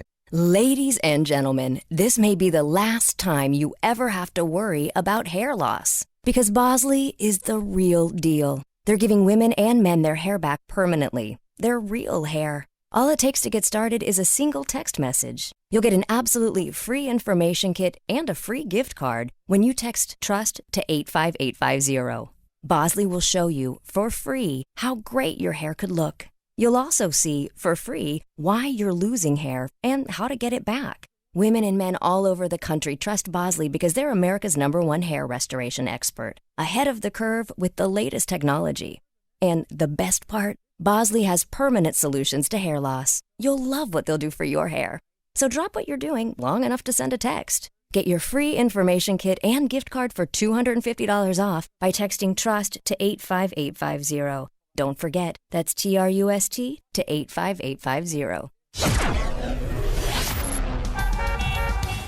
6:37. And a check on the roads in the AM 560 Traffic Center with Jim Telemonte. In Oswego, 71 remains closed between Douglas and Forest due to a crash. In Elgin, there's a collision on Highland at 31. Edens has no significant delays. Kennedy inbound. It's a bit tight. Canfield to Central. 23 minutes. O'Hare to downtown. Outbound 20. Inbound Eisenhower traffic sluggish. Ashland to the Burns Circle. 31 minutes. 390 to downtown. Outbound 29. Stevenson, just 36 minutes, 3:55 to Lakeshore Drive. Outbound 34, it's fine. Inbound Ryan has a 2-minute delay, 18th to the Burns Circle. New delays to report on I-57 to the Bishop Ford Freeway. Northbound Tri-State is heavy, St. Charles to North Avenue. The Indiana Toll Road has mild roadwork delays. Both directions are on Wolf Lake. That's traffic. I'm Jim Talamonte on AM 560 The Answer. Chicago's Morning Answer continues next. Your official Chicagoland weather forecast. From the 1-hour Heating and Air Conditioning Weather Center, windy, cloudy this morning. Clouds and sun this afternoon, a high near 52. Clear and breezy overnight, a low of 39. 41 at O'Hare with winds gusting out of the north-northwest at 21 miles an hour.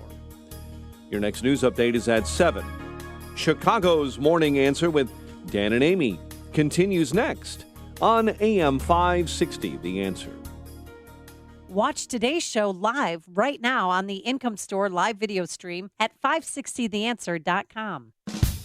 Let freedom ring this afternoon at 2 with Sean Hannity, right before Joe Walsh at 5 on AM 560, The Answer. Good morning, Dan and Amy, and the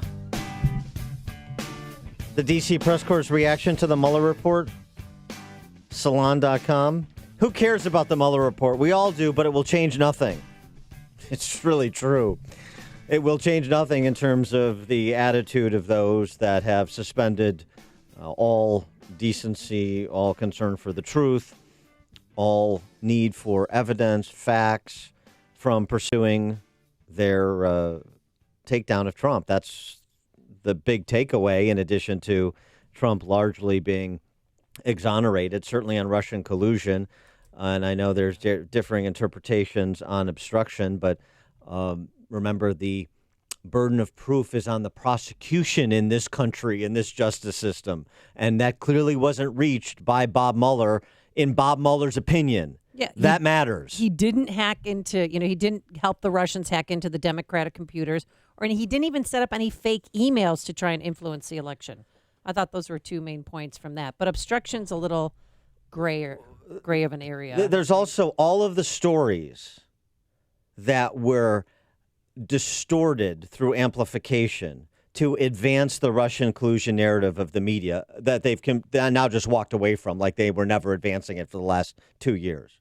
Now we want to all talk about obstruction, or we want to talk about the investigations we're going to continue in Trump's finances, or we want to talk about his moral turpitude. We want to talk about anything other than Russian collusion, like we haven't been pumping this for 2 years, which of course they have. On those matters and those stories, Carter Page, which also calls into question the conduct of FBI and DOJ and intelligence agencies, because they went to the FISA court to get the go-ahead to surveil Carter Page. The investigation did not establish that Carter Page coordinated with the Russian government in its efforts to interfere with the 2016 election. Pretty definitive. Remember, Jeff Sessions had to recuse himself. Jeff Sessions, he is compromised by the Russians, too. He had a bump-in with Russian Ambassador Kislyak at the RNC. So Sessions, hey, he's another Russian agent. The hyperventilation. It was ridiculous. Conversation in passing, the Mueller report concludes, not of substance. Meeting in the office, Jeff Sessions' office, nothing particular. They mentioned the presidential campaign in passing, nothing of substance. Big, fat, nothing burgers that were treated like evidence of Trump being a Russian agent for as long as they could sustain the story. The investigation, again, to repeat for Brian Williams' benefit, the investigation did not establish that members of the Trump campaign conspired or coordinated with the Russian government in its election interference activities, quote, unquote. Yep. The investigation examined whether contacts between Russia and Trump figures involved or resulted in coordination or conspiracy with the Trump campaign in Russia, including with respect to Russia providing assistance to the campaign in exchange for any sort of favorable treatment in the future. Based on available information, the investigation did not establish such coordination, quote, unquote. The office did not identify evidence in contacts between Russians and people around Trump after the GOP convention of coordination between the campaign and the Russian government, quote, unquote. The office did not identify evidence of a connection between Manafort sharing polling data and Russia's interference in the election, and the investigation did not establish that Manafort otherwise coordinated with the Russian government on its election interference efforts, quote, unquote. And by the way, BuzzFeed is still standing by their story that the sharing of polling data happened. The Mueller report says no, it didn't. Manafort sharing polling data, right. Keep going. These are all quotes from the report. The investigation did not establish that these contacts between Russians and people around Trump during transition reflected or constituted coordination between the Trump campaign and Russia in its election interference activities. The investigation did not identify evidence that any U.S. persons conspired or coordinated with the Russian disinformation campaign. And BuzzFeed still is sticking by their Trump-Cohen story, but President Trump, that he directed his former personal lawyer to lie to Congress, not true. They said the president did not in any way direct or aid Cohen's false testimony. Another story reported from BuzzFeed. breathlessly. Right. Yeah. I mean, but you understand what has to be penetrated here with the D.C. press corps. If you think that they are susceptible to shame, then you didn't hear Brian Williams' exchange with Jay Sekulow from the president's legal team. This is awesome. Hey, Jay, where do you guys get there was no collusion? Jay Sekulow who is on the president's legal team. Counselor, thank you very much for joining us. My first question, I'm afraid, is going to verge on plain English. Where did the Attorney General get off with that characterization this morning, including 4 mentions that there was no collusion? What document was he reading compared to the one we're left with? Well, page 2 of the document says the investigation did not establish that members of the Trump campaign coordinated with the Russian government in its election interference activities. So it's right from the document itself. Have you read Part 1? I have read Part 1 and Part 2. You read Part You find good news in here for the president and the administration? The investigation did not, page 181, the investigation did not establish that the contacts described in Volume 1, that's the Russian contacts, amounted to an agreement to commit any violation of federal criminal law, including foreign influence and campaign finance laws. Yeah, I think it's a very good win. So now they're left with talking about redactions, among some other things, in addition to the other investigations, what the Southern District of New York is doing. Scarborough, we'll get to him, going off alleged, talking about changing the way we select an attorney general because of Barr's press conference yesterday. Democratic senators approved his confirmation. Do they forget about that? No one put up a fight for Barr. The redactions, there were some 8 to 10 dozen redactions. I didn't think it was heavily redacted. Did you? I thought it was over the course of 448 pages. Right. Not really. What page are you on by now? 402. Or did you get? I read the report. Yeah. As I haven't crammed like that since college. It's like a college chemistry exam.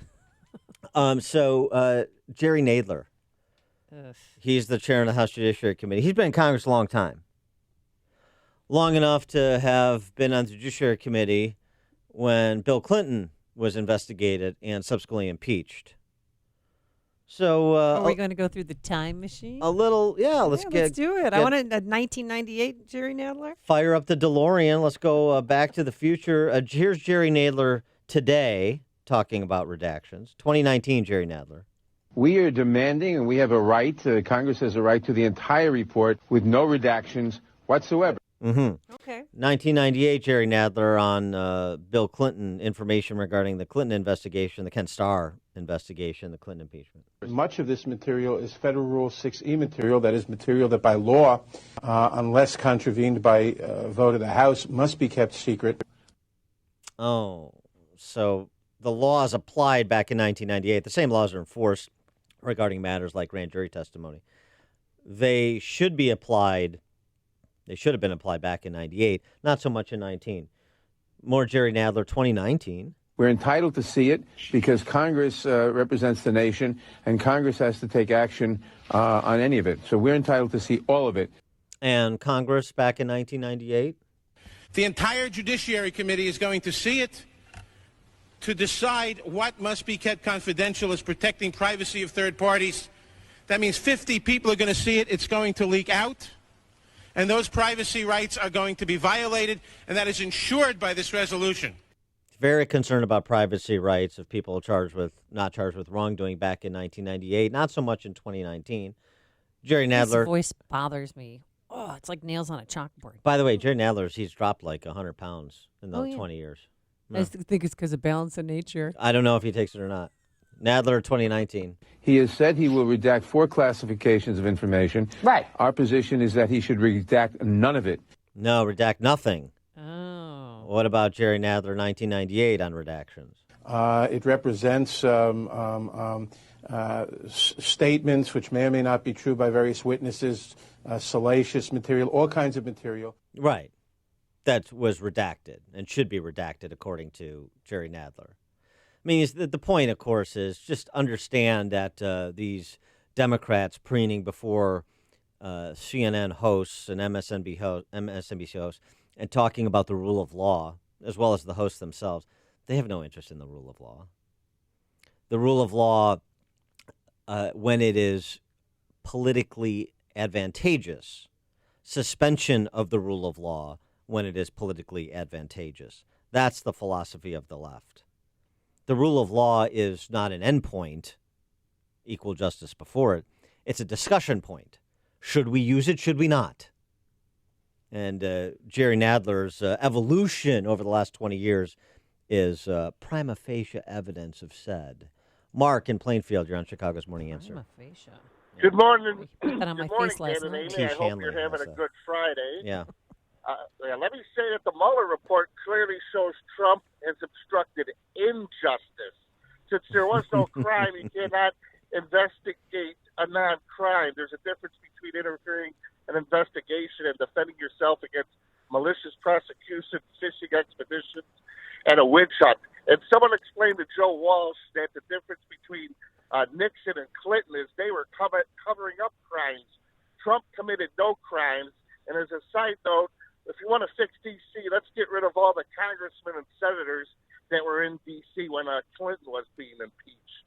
All right, thanks for the call, Mark. I mean, he did try, to remove Mueller via McCann. McCann said no. His aides really protected him, I think. And there's another instance in the report where they talk about Corey Lewandowski and how he tried to get Corey Lewandowski to tell Sessions to curtail the investigation and to try to get Sessions to unrecuse himself.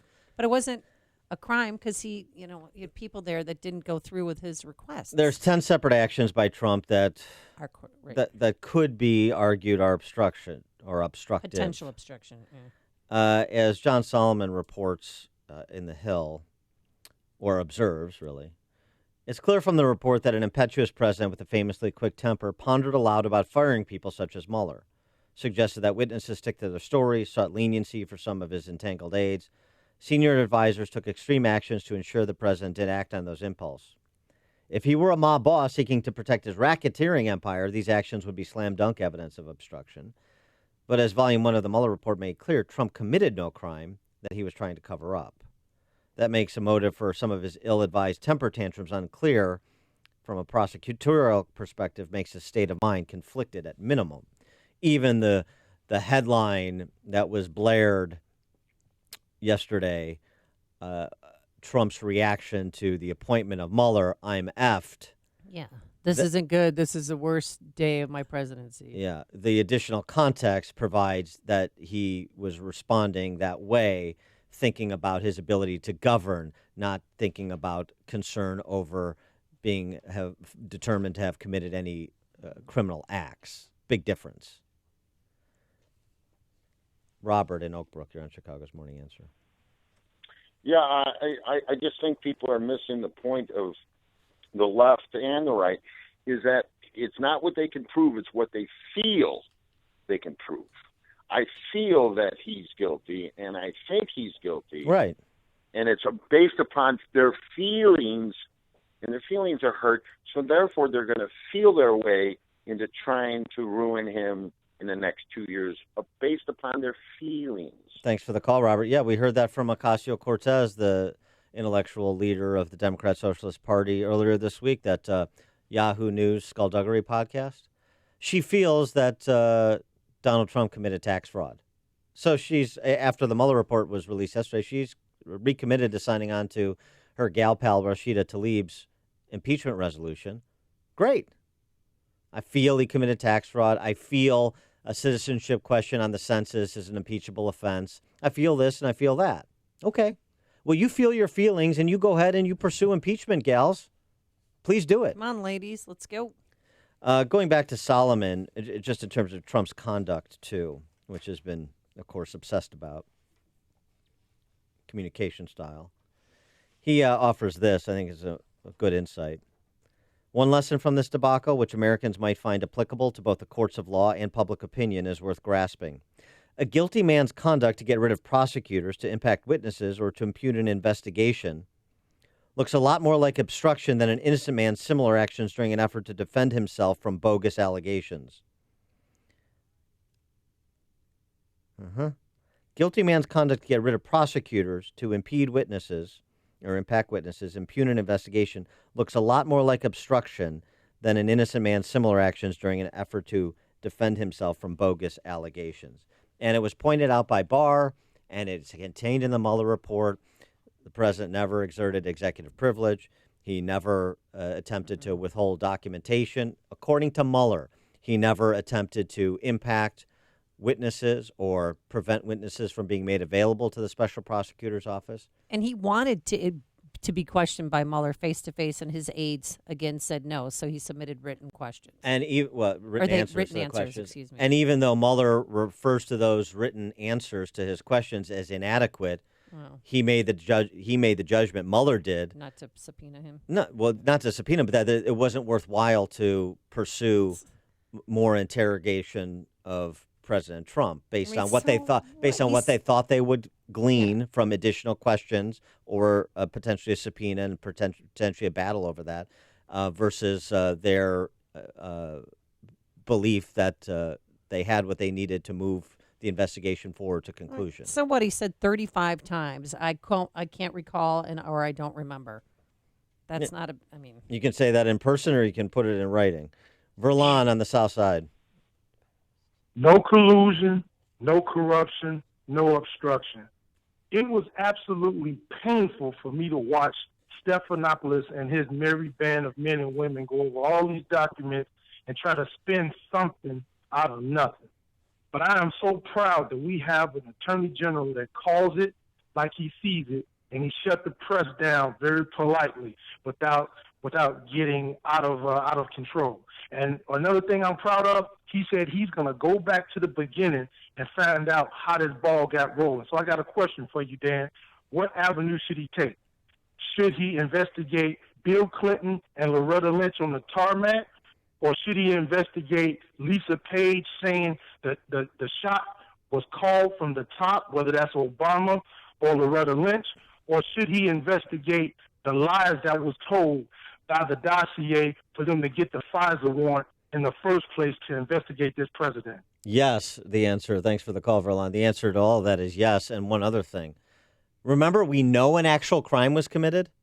We know a crime was committed. This has been completely lost in the shuffle. It was the unmasking of General Flynn. That's a crime. Why don't you start with finding out who committed the crime we know was committed? Connect with Dan and Amy using the AM560 mobile app. Download it today at 560theanswer.com/mobile. I'm Lou Dobbs. The Justice Department seeks a go-ahead for the Keystone Pipeline, and New Mexico sends an almost $40 million electric bill to Facebook. Those stories are next. Are you a stock or options trader looking for real trading strategies that you can use immediately? Hi, my name is Scott Bauer, CEO of Prosper Trading Academy, and I'm on a mission to become the #1 options coach in America. I'm a former vice president at Goldman Sachs. I have over 25 years of options trading experience, and right now I'm giving away my most famous options guide with over 20 unique options strategies that I use every day for free. You can't buy this guide anywhere. To claim your free options trading guide, simply call 855-892-2307 now and mention my name, Scott Bauer, and we will rush you the guide. Call 855-892-2307, and someone from my options team will help you get this guide in your inbox as quickly as possible. Call 855-892-2307 now and start learning to trade the right way. Call 855-892-2307. 2307. Prosper with options. Stocks and options trading involves financial risk and is not suitable for all investors. Justice Department attorneys asking an appeals court to allow construction of the Keystone Oil Pipeline. A lower court blocked the $8 billion pipeline, saying more environmental studies were needed. Facebook just got an unexpected electric bill from the state of New Mexico. The state's Public Regulation Commission wants the social network to pay $39 million for construction of a new transmission line servicing Facebook's new data center it opened earlier this year. Easter weekend travel may be disrupted at London's busy Heathrow Airport. Environmental demonstrators plan to disrupt Europe's busiest airport. 500 arrests made this week already. Please join me for Lou Dobbs tonight, 7 o'clock and 10 Eastern on the Fox Business Network. This is the Lou Dobbs Financial Report. AM 560, The Answer. Coming up on Chicago's Morning Answer. How will the Mueller report's findings play in the Trump Midwest? We'll ask Selena Zito, WashingtonExaminer.com at 7:07. And how in the world did Dusty the Donkey end up on I-90 and Arlington Heights Road? We'll explain. But first, into the newsroom we go. Here is Mike Scott. Police and the FBI this morning searching for a missing boy in Crystal Lake. 21 are charged after dozens of car rental thefts, and Kim Foxx is losing her 2 top deputies. Tigers topped the White Sox last night. WIND Chicago News Time is 7 o'clock. Well, President Trump and his opponents are seeing what they want to see in the special counsel Mueller report. I'm Chris Foster, Fox News. Now that report's out, let's get some reaction from Fox's Rachel Sutherland in D.C. Chris, the Trump administration is taking a victory lap, saying the Mueller report clears President Trump. White House Press Secretary Sarah Sanders says it's good news Robert Mueller found no evidence of coordination with the Russian government. Not just the president, not just his campaign, but no American was involved in colluding with a foreign government. Robert Mueller left the door open for Congress to investigate possible obstruction of justice. House Intelligence Committee Chair Adam Schiff. Multiple attempts by the president to mislead the country. To interfere with the investigation. Democrats on the Hill calling for Mueller to testify publicly. Chris? Rachel, thanks. For it being this early, there's already a lot of interest in the 2020 campaign. 52% of respondents describe themselves as extremely interested in the coming race for president. In the Republican Party, 88% say they would be at least satisfied if President Trump were renominated. Among Democrats, former Vice President Joe Biden and Senator Bernie Sanders are the only hopefuls that satisfy more than 70% of party faithful. For Democrats, the top issues that resonate with voters: congressional term limits, renewable energy, and Medicare for all. Issues such as a border wall and raising the number of Supreme Court justices were not as important. Gernal Scott, Fox News. 2 people in Mississippi and 1 in Alabama are killed in storms that are now on the move. The greatest threat for severe weather with damaging winds and isolated tornadoes will be across the Carolinas and southern mid-Atlantic. The system will move offshore tomorrow with a quieter forecast for the east on Sunday. Meanwhile, record to near record warmth will be the story over parts of the west today and Saturday. Fox meteorologist Janice Dean. It's Good Friday for Christians, the first day of Passover for Jews. This is Fox News.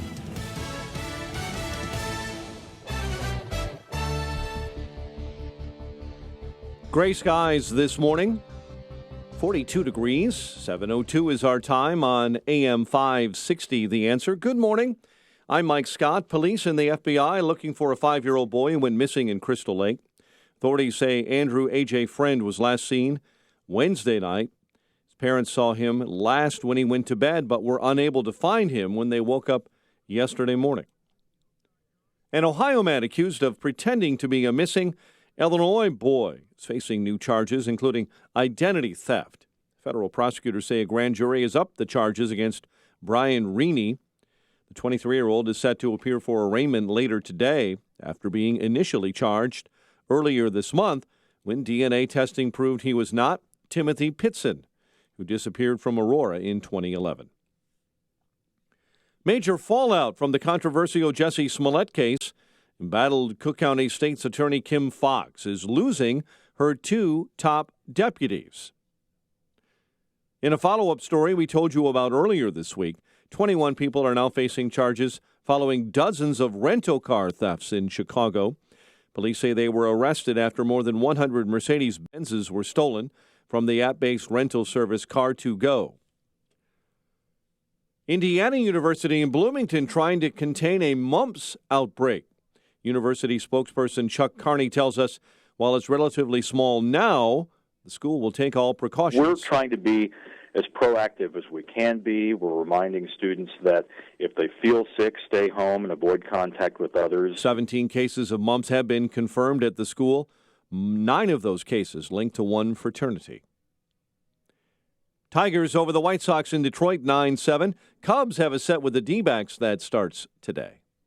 The News is a service of DEA Take Back Day. Your unused prescription drugs could end up being misused or stolen. Keep them safe, clean them out, take them back at DEA's National Prescription Drug Take Back Day, Saturday, April 27th, DEATakeback.com. A check of traffic and weather on the way next on AM 560. This is Dr. Howard, founder and formulator of Balance of Nature. We're changing America, one life at a time.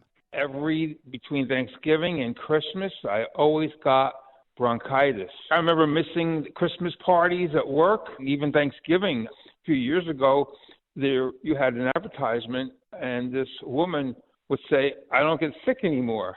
And I said to myself, geez, that would be wonderful if it just did that. And it has. I haven't had that at all since I've been on Balance of Nature. You can get a common cold, for a day or two. I don't even get that. From now until April 21st, receive a 20% discount and free shipping on any first order of Balance of Nature. Again, this special radio offer will only be available through April 21st. Call 1-800-2468-751 or go to balanceofnature.com. To take advantage of this special discount, use discount code CHICAGO. All money managers might seem the same, but while some give their clients cookie-cutter portfolios, Fisher Investments tailors portfolios to your goals and needs. Some only call when they have something to sell. Fisher calls regularly, so you stay informed. And while some advisors are happy to earn commissions whether you do well or not, Fisher Investments fees are structured so we do better when you do better.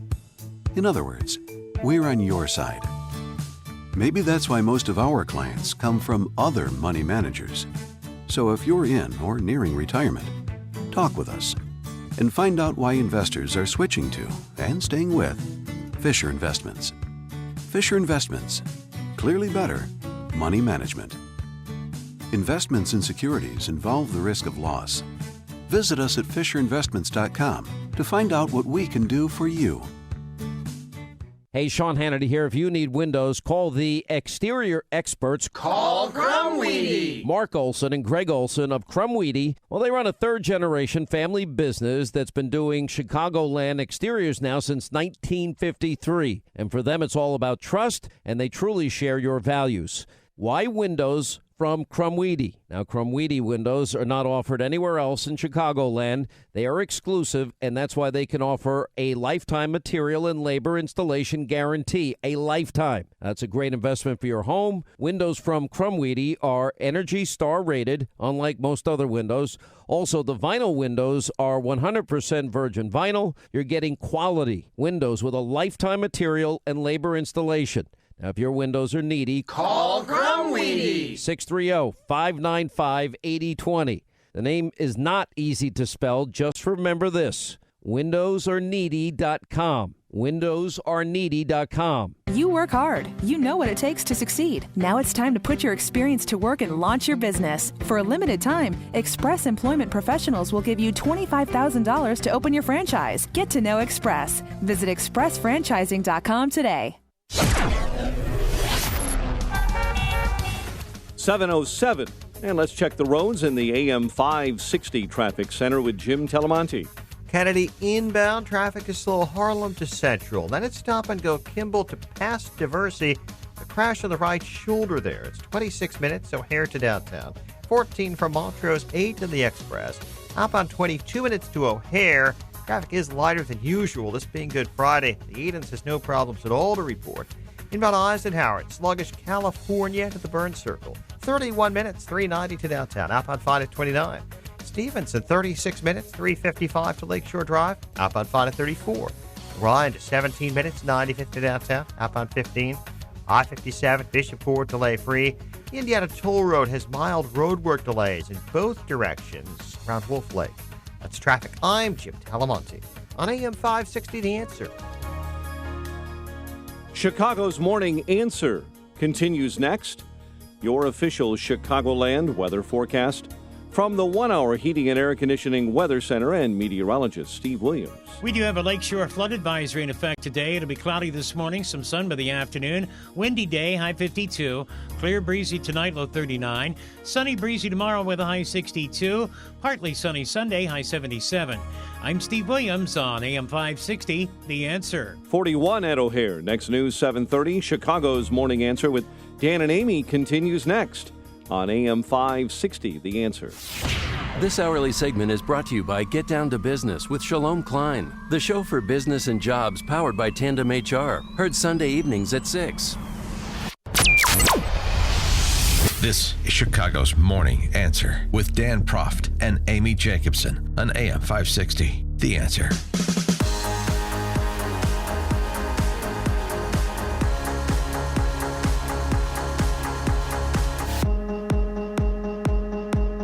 Good morning, Dan and Amy. Is the happenings from the 2016 election cycle, are they about to boomerang on Democrats and cost them in 2020? New Attorney General, fresh look at everything that led up to the report, the investigation, and the report on that investigation that was released yesterday. It may not paint President Trump in a positive light in parts, particularly in the second volume of the Mueller report. Some of his impetuousness, his temper tantrums, as we've discussed, that were tempered by his aides to his benefit. But what about everything that gave rise to it? Devin Nunes on Hannity last night talking about essentially the thinly veiled admission in page 11 of the report that so much of this was predicated on the phony baloney Steele dossier. And a look back at the heads of law enforcement, justice, intel agencies, Obama cabinet officials, and the Hillary Clinton campaign, and what exactly they were all doing in connection with their constitutionally conferred powers, not the campaign, but the office holders and the presidential appointees, and potentially foreign agents, too. Fusion GPS was rather promiscuous with their clients. Well, a little bit of an indication of how Democrats are going to try and spin their way out of this and maintain focus on Trump was offered when DNC chairman, the potty-mouthed DNC chairman, Tom Perez, joined Bret Baier yesterday. Here's how Perez tried to spin out of the unmistakable conclusion of no collusion. You have a lot of Democrats who spent a lot of the past 23 months talking about that the president was an agent for Russia. Is there something that the Democratic Party has to say Mueller did not find it? Well, again, I think there's a distinction, Brett, between something that may rise to the level of a conspiracy that's that you not can written prove here, beyond though. A reasonable doubt. That's not in the black and white here. It says the investigation did not establish that the Trump campaign coordinated with the Russian government in its election interference activities. Chris, I think the question you have to ask here, and it's a different question from the question that Robert Mueller is asking. The question presented here is there a pattern of corrupt behavior by this president? Is there a pattern of behavior where the president is putting his own interests ahead of the American people's interests? When you get a call from a foreign actor, a foreign adversary that says, hey, I got dirt on your opponent and I want to help you win, what you should do first and foremost is say no and then call the federal authorities. What we know from the investigation is that's not what they did. And that's the exact talking point that our own Sack of Durbin, senior senator from Illinois, repeated yesterday as well. I got to tell you, it is really something to watch. All of these Democrats go from discussions of criminality to discussions of morality. Yeah, what they would do. I mean, here's Dick Durbin, dirty. If I was in the middle of a senatorial campaign and got a contact from the Russians who said they wanted to help me, the first thing I would do is call the FBI. The first thing the Trump campaign did was to schedule a meeting. Mm-hmm. For more on this topic, we're pleased to be joined by Selena Zito. Of course, she is Washington Examiner reporter, New York Post columnist, CNN contributor in the book, The Great Revolt Inside the Populist Coalition Reshaping American Politics. Selena, thanks for joining us again. Appreciate it. Good morning. Thanks so much for having me. Well, it was a bit of an eventful day yesterday, and I wonder how you're reacting to your colleagues' reactions to the Mueller report.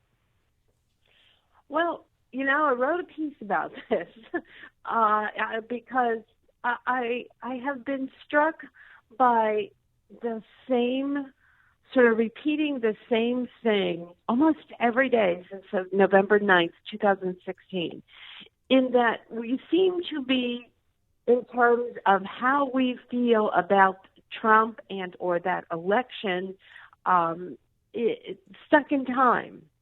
And what I mean by that is nothing has changed. If you supported President Trump, you probably believe that he was, an imperfect and flawed man. And you went in there with your eyes wide open. But you are happy. You are optimistic about the future. You knew exactly who you were voting for, and this is exactly what you wanted. And pretty much nothing has changed. And if you didn't vote for the president, your hair is still on fire. Nothing is going to be able to extinguish that unless an image of him leaving the White House in handcuffs somehow magically appears on the television. You believe him to be an agent of Russia. You believe that he stole the election, and nothing is going to change that, even if all the facts were laid out for you as a buffet on a table that you could go through. Well, and we've pretty much been stuck there since November 9th, and yesterday sort of just reinforced that. The report essentially showed that he didn't do anything criminally wrong, and yet the Democrats are going to continue, and my profession is going to continue to hint and taint and the story that, well, maybe it is a little bit true. Well, what do you think about the 10 instances of potential obstruction, by the White House, including the firing of former FBI Director James Comey? Potential doesn't mean you did it. This is a man who has always worked in the business world, right? And you can kind of do all 10 of those things when you're a business person. And I believe that he thought because he won, now this is just my speculation at this moment, but because he won, that he sort of had a license to continue to conduct his way of doing business in the way that he had always done it in the private sector. Well, on the Comey firing specifically, it's interesting that what the Mueller report concludes that essentially one of the animating reasons for terminating Comey was that he wouldn't say publicly what he concedes he told Trump privately, which is that he's not a subject to the investigation. Trump from the beginning saw this special counsel as irreparably impeding his ability to govern, and he wanted to try to put bumpers on it. And Comey would have provided one example had he said, again, publicly what he said privately to Trump, which he has now subsequently confirmed publicly in testimony to Congress. But he wouldn't do that. And so Trump was always, it seems to me, looking for an angle to rein this in so it wasn't the cloud hanging over the White House that it has been for 2 years. Exactly. That's exactly correct. But none of that is criminal or obstructive. No. Right. No, it's not. None of it is criminal. But, people have what I'm sure you've used the phrase before, Trump derangement syndrome, in that they can't see clearly as to how to adequately understand what is right and wrong, so that every bat of an eyelash, and again, I'm exaggerating here, but I'm trying to make a point that everything that he does is just like to the 900th degree because it's him. And while he has plenty of flaws, and you can certainly understand why someone would not like him, it should never have risen to the level, a dislike for someone shouldn't have risen to such a level that you consume 2 years of the entire nation's life of following something when there was no there.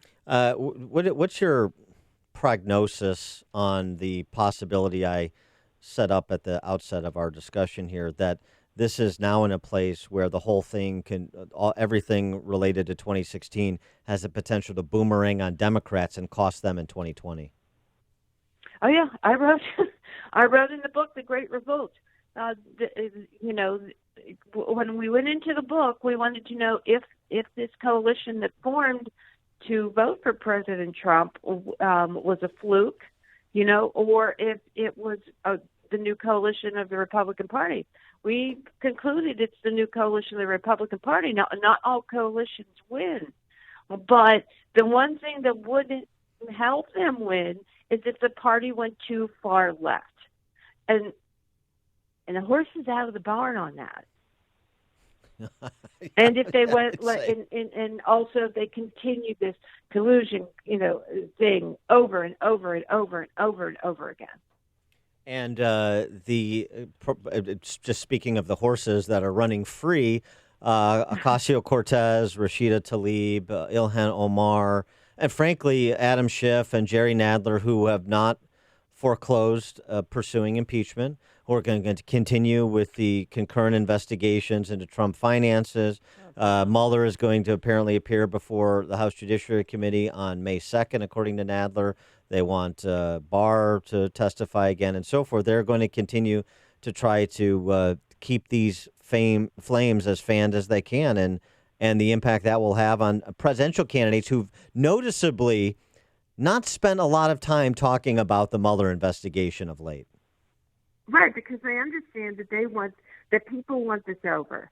Even people that don't like him want this over. The Mueller report had plenty of things for people on both sides, which is why I say not much has changed. Not much will change because of it.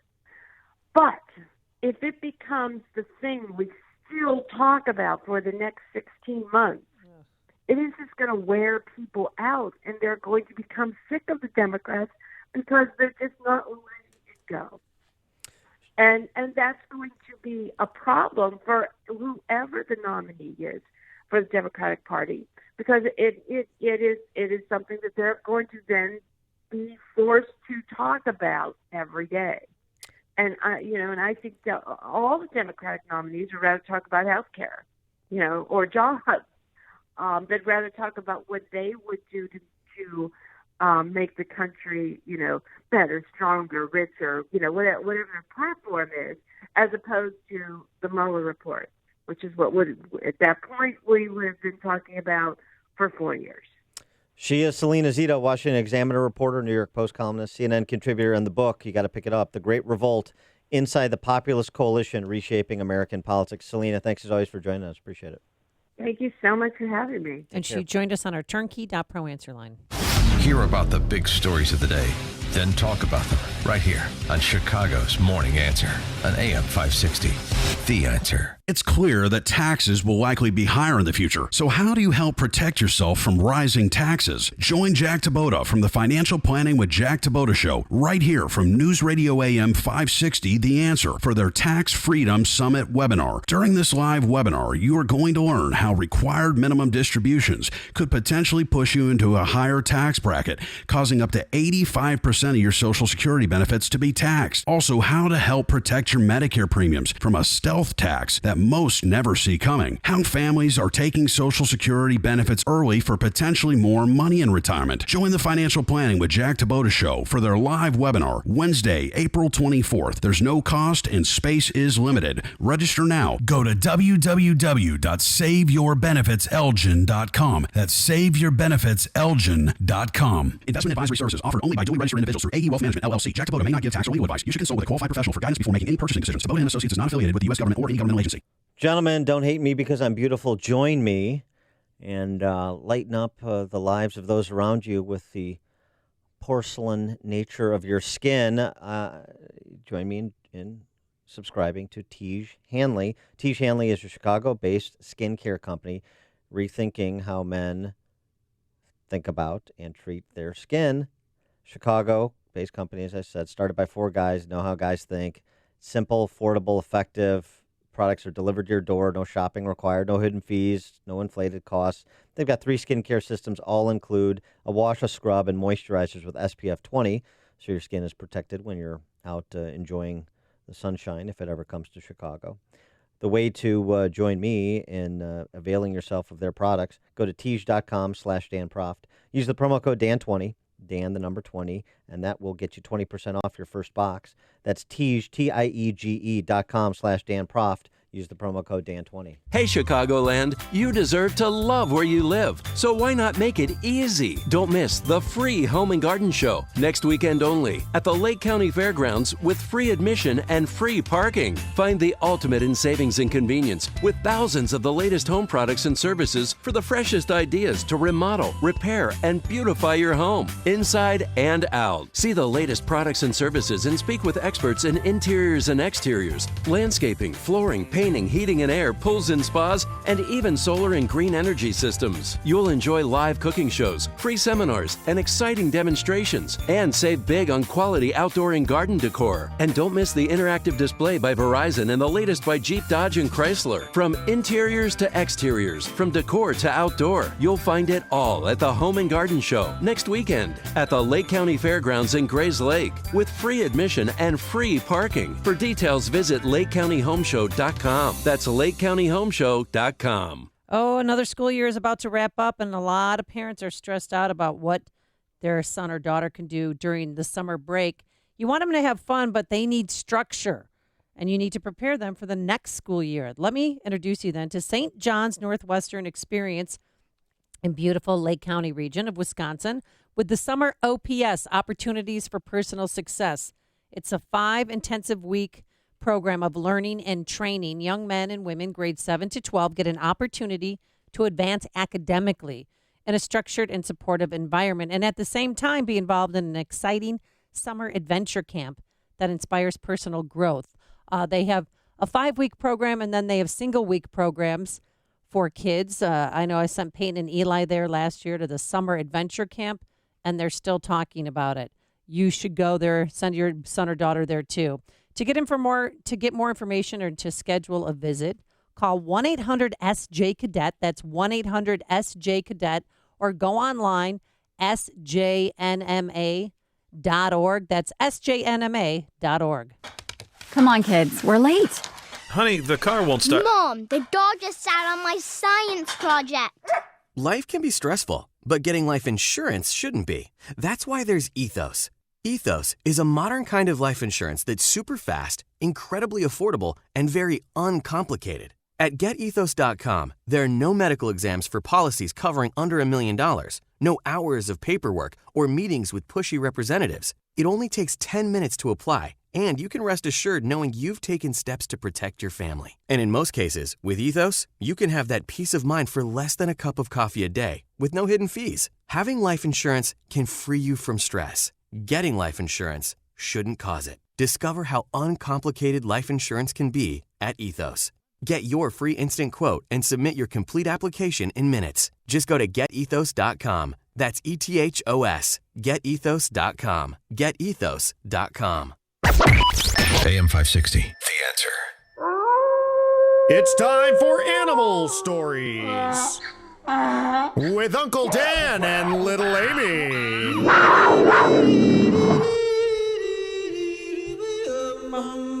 Yeah, we need a little break from the Mueller report, too. And when I heard there was an ass wandering around Arlington Heights Road, I thought Dick Durbin is in our Elk Grove Village. Oh, I see what you did there. Yesterday, and actually our technical director, Justin Kosick, was stuck in this traffic. I-90 Arlington Heights Road around 11:30 yesterday. A donkey appeared on the highway, and it caused a huge backup on the inbound Jane Addams. Where the hell were the Elk Grove Police? Well, Elk Grove Police weren't in charge. It's the Cook County Sheriff's Office. Where the hell were the Cook County Sheriff's Office? Well, they responded. Belle's hanging out in the freaking forest preserve over here? No, they arrived on the scene, and she was able to use her squad car to protect the donkey. And you have to listen to this dispatch audio.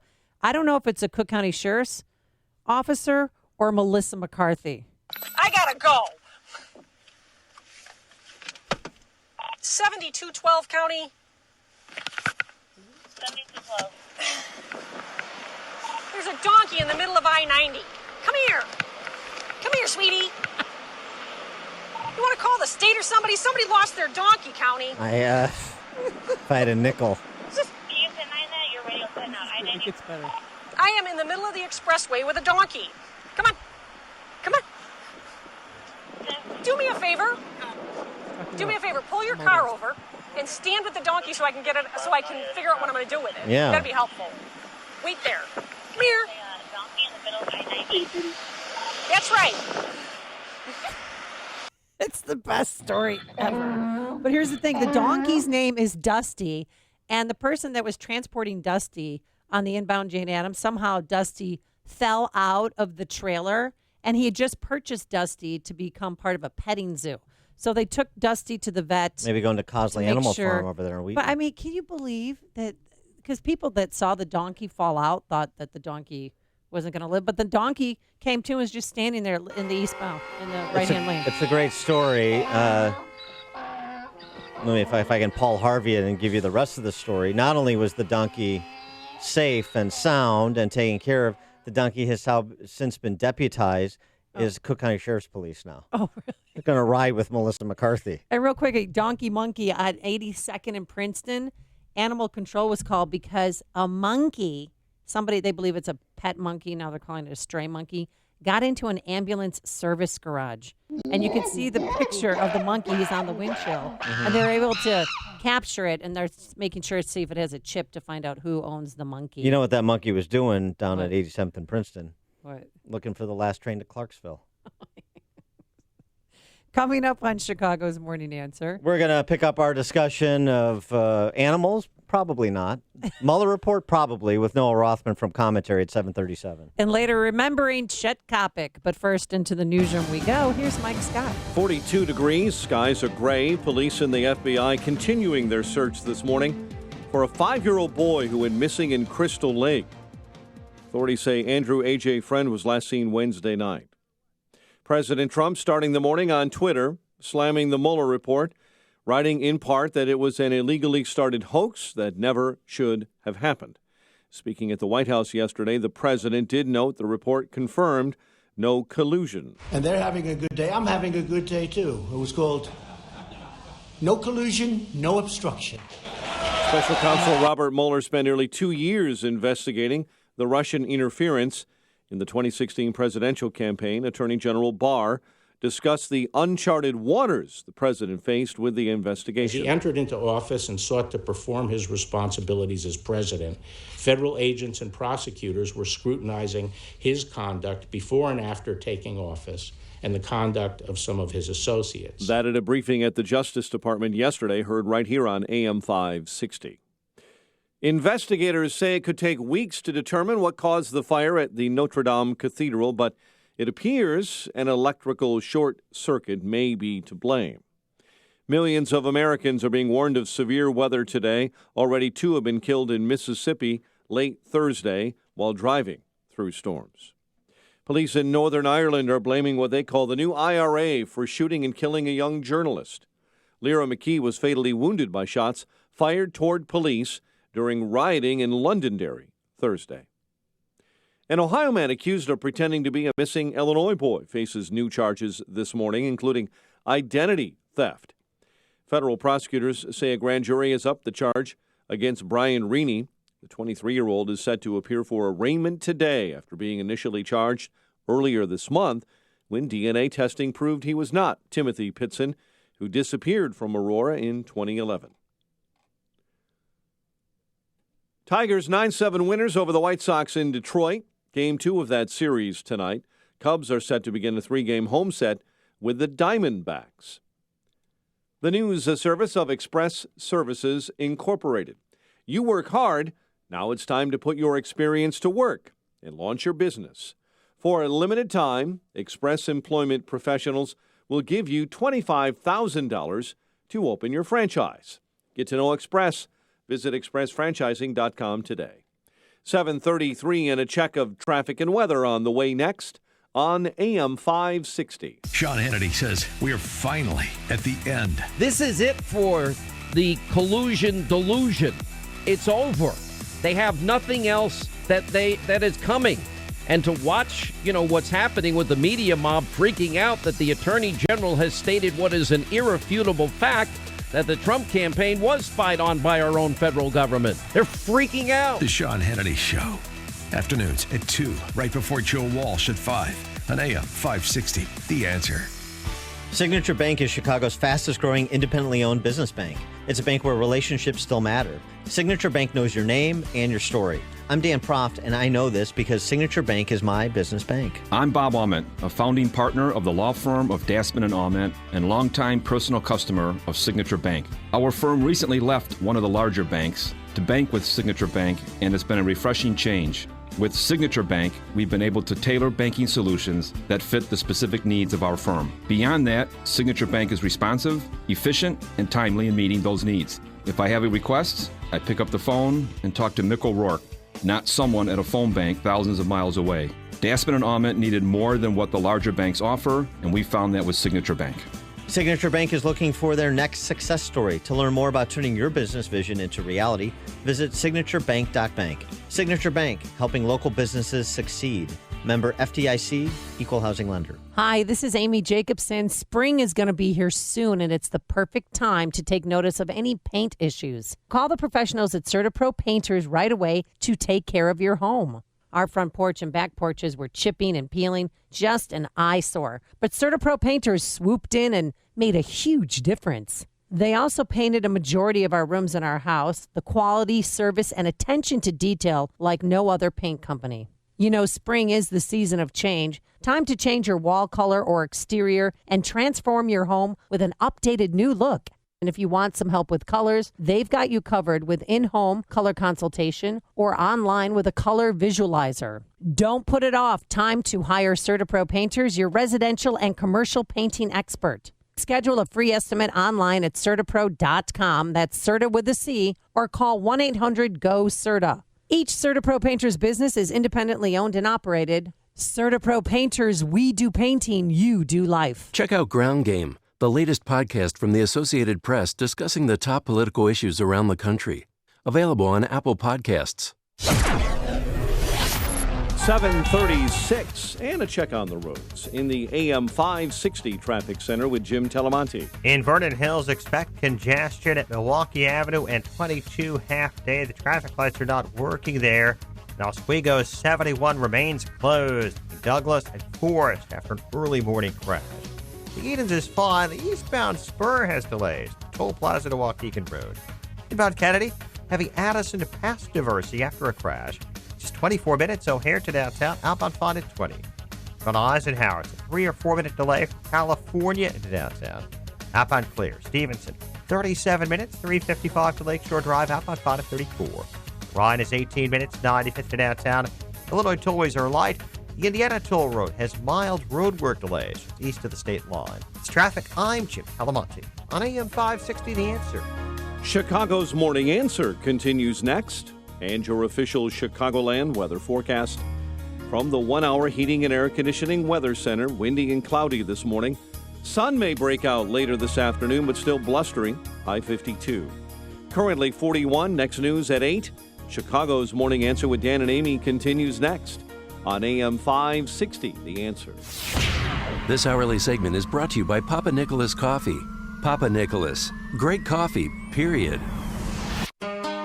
Listen to podcasts of Joe Walsh and Chicago's Morning Answer with Dan Proft and Amy Jacobson on the AM 560 mobile app. Download it today at 560theanswer.com/mobile. Good morning, Dan and Amy. And part of the discussion of the Mueller report, in addition to poring over the key excerpts, is taking a look back over the last 2 years and seeing how the D.C. press corps' reporting of the investigation holds up to the conclusions offered in Mueller's report, considering, and I am a subscriber to this belief, as Andrew Breitbart offered it, that the press is more powerful than all three branches of government combined, certainly in shaping public opinion.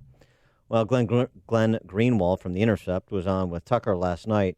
Here's what he had to say about how the D.C. press corps got so much of this so wrong. I mean, this is one of the problems, I think, that allowed the media to just go so far off the rails, is that especially those two cable networks, but also even newspapers, pretty much prohibited dissent from ever being heard. So they constantly fed each other these conspiracy theories and told each other that they were on the right track every time they advanced it further, and never really had to confront anybody who questioned or challenged them in any way. I've spent the last 2 years debating everyone I can find who had different views than I had on this whole saga, because I wanted to make certain that the things I was saying were scrutinized and subjected to critical rigor. And that's exactly what they avoided, and that's the reason why they went so far off the rails. And the reason we shouldn't be surprised by what the Mueller report contains versus so much of what the reporting contained for the last 2 years is because so many of the leading lights in the D.C. press corps said from the outset of Trump's election and inauguration, all the normal rules are suspended. There's so much talk about Trump violating norms. Okay. How about the press corps violating journalistic standards? All that was out the window because it was get Trump at any cost. Right. And when you do that, you can end up looking sort of foolish. If you listen to the media discourse outside of a few circles, they've just put collusion and conspiracy and all of those conspiracy theories they've spent the last 3 years endorsing, just flushed it down the toilet like they don't even exist, and just seamlessly shifted to obstruction. And then they're conflating them to claim essentially that they were right all along. And that is really the alarming thing. I think that in a lot of ways, Donald Trump broke the brains of a lot of people, particularly people in the media who believe that telling lies, inventing conspiracy theories, being journalistically reckless, it's all justified to stop this unparalleled menace. And that's a good thing for an activist to think and a really bad thing for a journalist to think. I mean, people that I knew were hell-bent on getting Trump on Russian collusion. They thought this is it. This is, a done deal. And they're in shock this morning because they have to process this loss again, too, because there was no there. And I do believe people owe President Trump and the White House apologies. And I should hasten to add, just on Glenn Greenwald, if you're not familiar with him, even though we've mentioned him a number of times on this show, he is no Trump fan, not an apologist for Trump, thinks he is a corrupt individual, thinks there are a lot of things that surround Trump, particularly his business dealings, which deserve investigation. So this is not somebody flacking for the administration. For more on this topic, we're pleased to be joined by Noah Rothman. He's the associate editor of Commentary Magazine, also the author of the book Unjust Social Justice and the Unmaking of America. I almost said unmasking because I'm still thinking about Michael Flynn's unmasking. Unjust Social Justice, the Unmaking of America is Noah Rothman's book. Noah, thanks for joining us. Appreciate it. My pleasure. Thank you for having me. So, there's so much to cover with respect to the Mueller report, but why don't we start where Glenn Greenwald opined, and that's on the D.C. press corps coverage and their standing 24 hours after the report was released. Well, Glenn is certainly right to admonish reporters for engaging in activism. He's in perhaps the worst position possible to offer such an admonition, however, because he is about as activist as a reporter comes. Glenn Greenwald, along with people like Laura Poitras, were engaged in working with WikiLeaks very closely during the Manning releases and Edward Snowden releases. This is a gentleman who has a particular agenda and is not shy about cozying up to Moscow when it suits his agenda. The attacks on the press here are sort of half-founded. The context in which these bombshell after bombshell relating to Russia-related stuff was that this is Donald Trump working with Russia, right? That is unfounded. The Mueller report has demonstrated that collusion did not occur pretty definitively. Right. However, the notion that the reporting was inaccurate is simply unfounded too. If you read this report, a lot of it is very familiar. We've read all this before. There are very few bombshells in this report. In fact, most of the citations, when you get down to the footnotes, are the Washington Post, the New York Times, the variety of other Wall Street Journal, every mainstream press outlets that were already on this beat. Part of the reason why this report is not shocking is because we know all of this already, and it's because of mainstream reporting. Well, okay, but we also know there's a lot of things that were treated as bombshells, that were treated as more inclined to be truthful than not, that were not. Carter Page exonerated. The BuzzFeed story about Manafort sharing polling data, that rejected in the Mueller report. There are other, the General Flynn and General Flynn's testimony about an operation to find Hillary's emails that was essentially allegedly in multiple press accounts being orchestrated by the Trump campaign, also rejected. for example. Yeah. So, 2 out of 3, I'm with you there. The Manafort thing is a little different. So, the report there does not allege and cannot establish definitively that there is some prosecutorial context that could be prosecuted involving a conspiracy with a foreign power. That's not to say that it wasn't an effort to do so. It demonstrates pretty clearly that Manafort's effort was to convey information to Viktor Yanukovych, former president of Ukraine, who would convey that information to the Kremlin, very specific about what the chain of custody of that information was going to be and what Manafort's intent was. It doesn't rise to the level of prosecution because they don't think they can prove it beyond a shadow of a doubt in court that it would constitute conspiracy, but they allege that it occurred. Well, yes, but here's the thing. This is a report from a prosecutor, and so it's seeming in much of the press coverage to have been lost, including as it pertains to Trump and some of his temper tantrum and so forth, is the presumption of innocence upon which our justice system sets. So they allege all sorts of things. They think this happened. It's not a criminal offense. It's not a prosecutorial. It doesn't rise to the level of prosecution, but somehow we're supposed to all say these are bad guys and the bad guy at the top should be taken out of office, which is what Democrats continue to say today. Yeah, and to some extent, I mean, the DOJ is violating its own policy by even getting this out there. I mean, it sort of they have no choice but to do that because of the public outcry. If they weren't to do that, it would be considered a cover-up. There would be a big public outcry about that. But at the same time, they're releasing all this information about Donald Trump, in which he did things that if people listened to him, he told his subordinates to do a variety of things that the report alleges would constitute obstruction, would be obstructionary if anybody had listened to his orders. A lot of the times he was simply ignored by his subordinates. And so getting that out there is sort of a defamatory context about somebody who's not under prosecution. And that's what James Comey was admonished for when he went after Hillary Clinton and said she did stuff that was reckless. But she's also not being prosecuted. The Department of Justice doesn't just put information about people out there who are not being prosecuted. So in that sense, the president is in a way a victim here, but he is a victim of his own callousness and the political circumstances around the fact that he's the president of the United States. Well, and also we still have the response document from Rudy G coming out next week, which will ostensibly address some of the contents of the Mueller report. So it's not done from the White House's perspective, at least in terms of that response that's forthcoming. Yeah, indeed. I mean, we don't know. I'm reluctant to prejudge what's in that document because who knows? Yeah, but we do know now what's in the Mueller report. Yeah.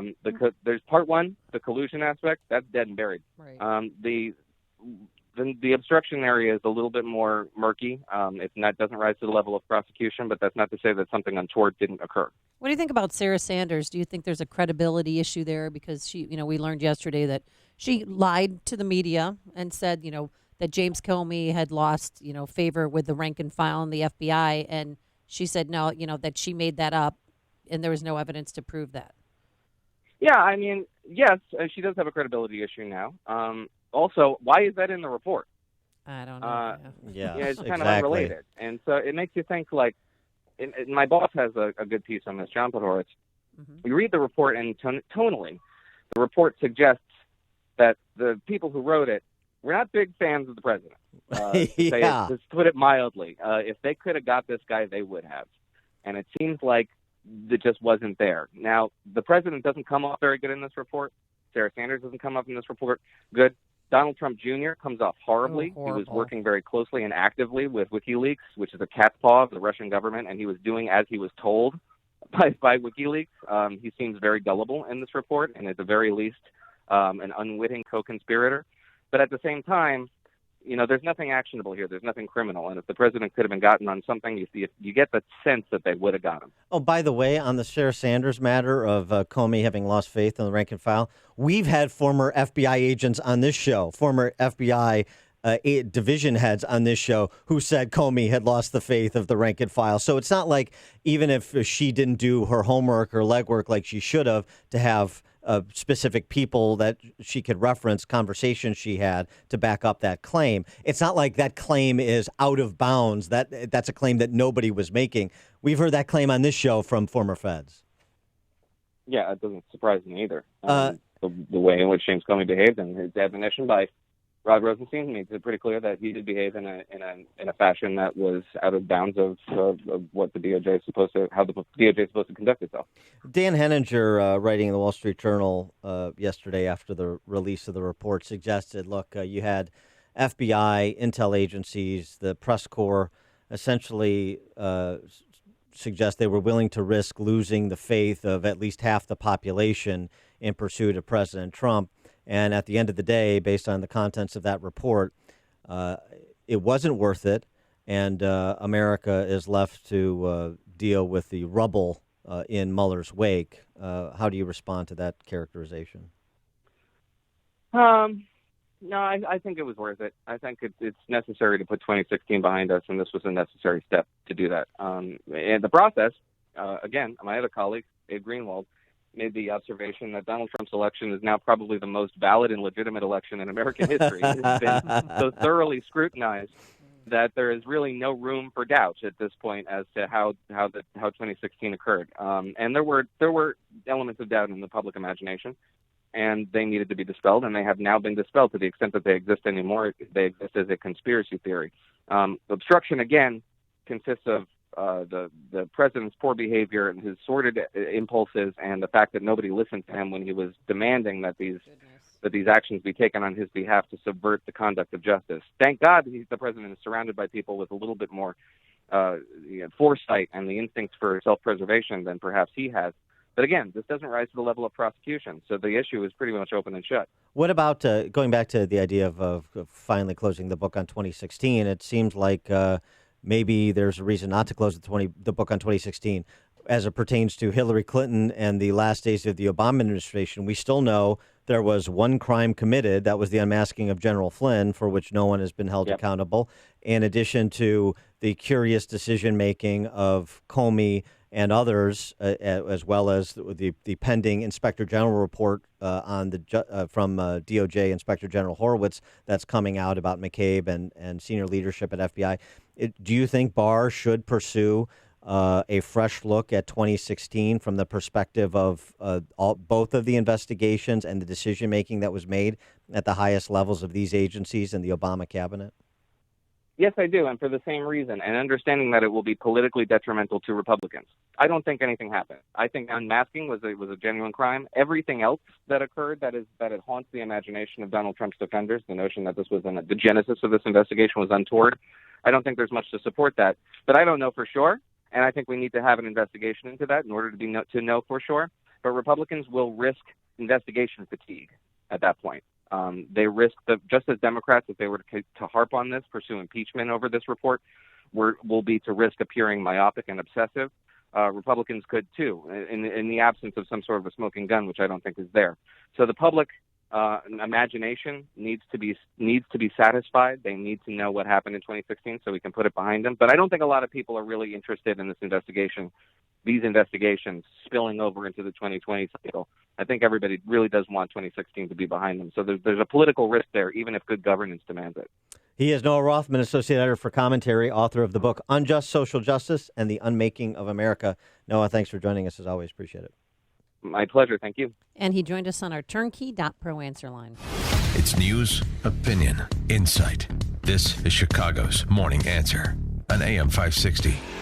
The Answer. Sometimes when it rains, it pours right into your basement. This is Gus from Chicagoland Waterproofing. My mission is to identify why your home is taking on water and fix it. I want you to sleep at night during a rainstorm and not worry about your basement filling up with water, like our client from Mount Prospect. We decided to refinish our basement and wanted to put in new flooring, but we've always had a seepage problem. I heard Chicagoland Waterproofing on the radio and had to call. Gus came to our home and identified the problem immediately, explained a solution which involved 60 feet of interior trenching along the foundation. His guys were on time, professional, and cleaned up when they were done. Our refinished basement is 100% dry. Dry as a bone. Great experience. In Gus, we trust. From simple sump pumps to complex storm drainage and crack foundation solutions, Chicagoland Waterproofing's work comes with a lifetime warranty.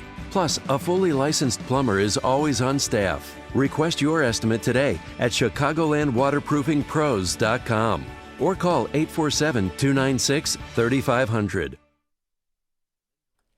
Tax season, it's here. And if you haven't filed your tax returns the past few years, this year or several years, and maybe you're just in debt to the IRS and don't know what to do or who to turn to, well, write this number down, folks.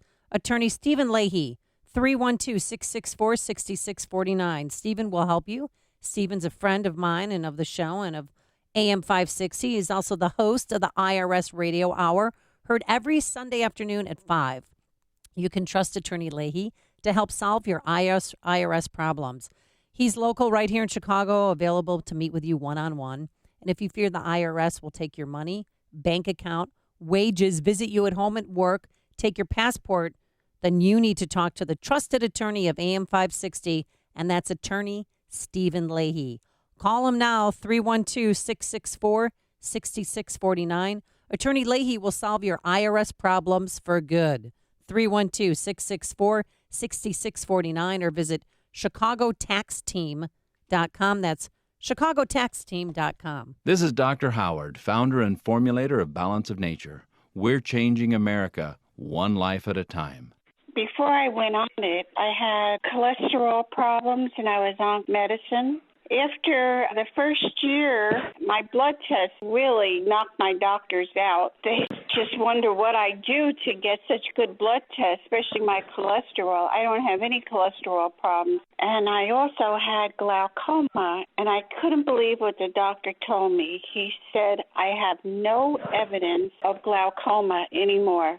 From now until April 21st, receive a 20% discount and free shipping on any first order of Balance of Nature. Again, this special radio offer will only be available through April 21st. Call 1-800-2468-751. That's 1-800-2468-751 or go to balanceofnature.com. To take advantage of this special discount, use discount code CHICAGO. With summer fast approaching, now's the time to fill your son's schedule with athletics, STEM, and academic enrichment camps from Northridge Prep summer programs for boys grades 6 through 8. For the week of July 29th to August 2nd, drop your son off at 9, pick him up at 3 for a full day of fun and new skills. In the morning, investments and personal finance led by 2 entrepreneurial Northridge seniors and small business owners. This camp will teach your son to manage his money and grow it into business opportunities, charitable giving, or whatever project he can dream up. In the afternoon, Guitar 101. I'd like to take that course. It's an introduction to the skills your son will need to play any genre, including rock, blues, classical, and more. This camp aims to instill a love of music in your son. All skill levels are welcome. Seats are limited for all camps, and some, like the Dangerous Camp for Boys, are already 100% filled up. Learn more and register online at northridgeprep.org/summer. That's northridgeprep.org/summer. Hey, Chicagoland, you deserve to love where you live, so why not make it easy? Don't miss the free Home and Garden Show next weekend only at the Lake County Fairgrounds with free admission and free parking. Find the ultimate in savings and convenience with thousands of the latest home products and services for the freshest ideas to remodel, repair, and beautify your home, inside and out. See the latest products and services and speak with experts in interiors and exteriors, landscaping, flooring, painting, heating and air, pools and spas, and even solar and green energy systems. You'll enjoy live cooking shows, free seminars, and exciting demonstrations, and save big on quality outdoor and garden decor. And don't miss the interactive display by Verizon and the latest by Jeep, Dodge, and Chrysler. From interiors to exteriors, from decor to outdoor, you'll find it all at the Home and Garden Show next weekend at the Lake County Fairgrounds in Grays Lake with free admission and free parking. For details, visit LakeCountyHomeshow.com. That's LakeCountyHomeshow.com. Hey, if you're missing teeth or even a single tooth, then dental implants are a fantastic way to regain your confidence, your smile, and your dental health. Hey, Sean Hannity here. So what are you waiting for? Find out now if implants are for you. Successful implants don't come from an implant factory. Skill, treatment, installation, those are the main differences for successful lifelong implants. That's why you need to see Dr. Neruzzi at Fox River Periodontics. Dr. Neruzzi is the recommended choice of dentists that don't do implants themselves. You need the experience, the skill, and honesty that over 25 years of dental implants brings, and you're going to be happy with your implant. It's not a mass production procedure because everyone is different. And Dr. Neruzzi wants to talk to you about dental implants today. This is Dr. Neruzzi. I personally guarantee your happiness with your implants. Call Fox River Periodontics at 630-232-7400. They're online at implantsforme.com. AM 560, The Answer.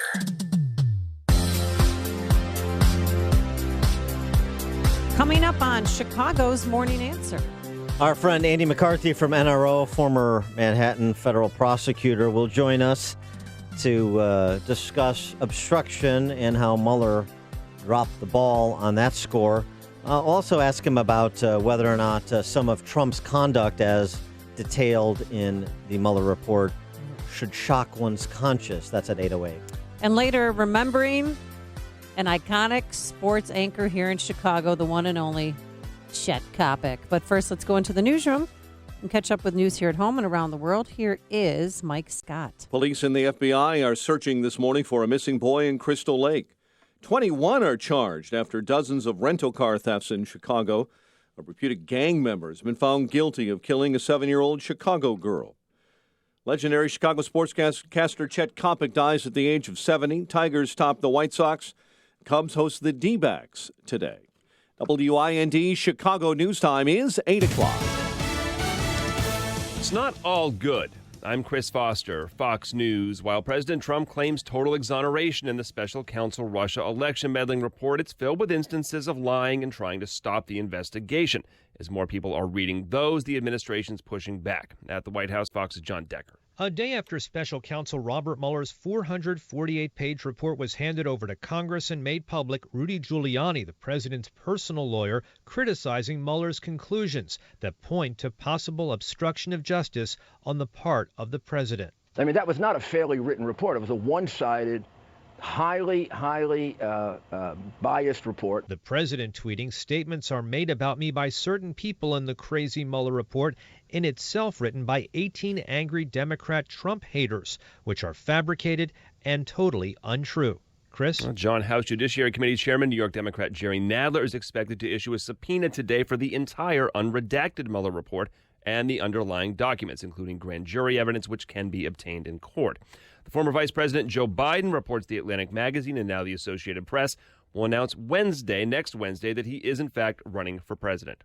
Besides being a tourist attraction, there's an actual congregation that worships at Notre Dame Cathedral in Paris. With it badly damaged in Monday's fire, there's a plan to give those people a place to go. With Notre Dame set to be closed for at least several years, the rector of the Catholic parish that worships there proposing building a small temporary church on a plaza that's situated right in front of the cathedral.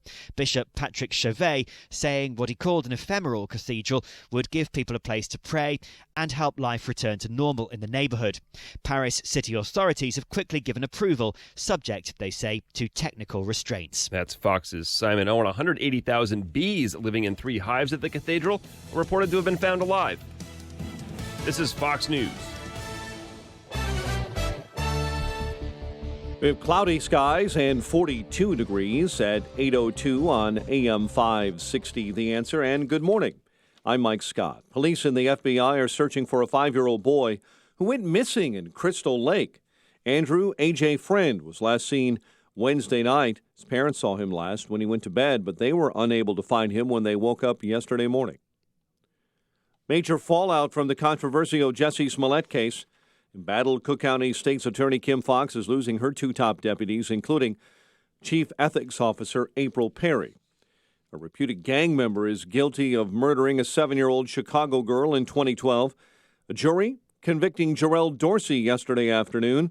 Heaven Sutton's mother saying justice was served. He didn't have no remorse. His family didn't have no remorse. They come in the courtroom and they look at me and roll their eyes. I didn't kill Heaven. Your son did. And I got justice today. Prosecutors say Dorsey shot and killed the girl while firing at rival gang members. The Illinois Supreme Court issued a stay of an earlier appellate court ruling, forcing the owners of Westlake Hospital to keep that facility open and operational for the time being. A circuit court issued a temporary restraining order with fines to keep the Melrose Park Hospital open and serving patients after owners Pipeline Health announced they would close it. The Illinois Appellate Court on Thursday ruled unanimously the Village had no grounds to request that TRO against Pipeline. Then the Supreme Court ruling came down, ensuring the hospital will stay open for the time being while legal proceedings continue. Chicago sports. Tigers over the White Sox 9-7 in Detroit. Cubs will start a 3-game set with the Diamondbacks later today. It's 8:03, time for a dry basement and a healthy home. Time to call Permaseal, 800-421-SEAL. And time for the AM 560 Business Beat from the Fox Business Network. Here's Jenny Casola. From the Fox Business Network, Europe's budget airline Ryanair Holdings says it will put pilots of its Boeing 737 MAX jets through extra simulator training. The MAX jets are still grounded following the fatal crash of 2 of the planes. American Airlines also will train pilots on simulators, and Canada's transport minister is considering requiring pilots in that country to spend time in simulators. Ryanair was about to receive its first MAX planes this spring before the jet was grounded. Tomorrow is April 20th, 420, the day embraced by marijuana lovers. Though the actual origin of 420 isn't confirmed, it's growing in popularity, and now corporate America is starting to embrace it. Tomorrow, Lyft will offer a $4.20 credit on a single ride in Colorado and in select other locations in the U.S. and Canada. With the Fox Business Report, I'm Jenny Cosola. 8:05, a check of traffic and weather on the way next on AM 560. What is certainty? Certainty is the passionate commitment to fulfill every promise. Certainty is 4imprint, a caring, trusted team of promotional product experts, minding every detail to ensure your logo will look perfect on everything from apparel, drinkware to trade show traffic stoppers, and hot tech, all delivered on time, every time, with the promise of your satisfaction guaranteed. So, what does certainty bring? Promotional items exceeding expectations, a buzz of excitement for your team and your customers, a pep in your step, a fist pump, a whoop, a tingle, a grin, a laugh, or even one quiet word that no one will ever hear. Yes!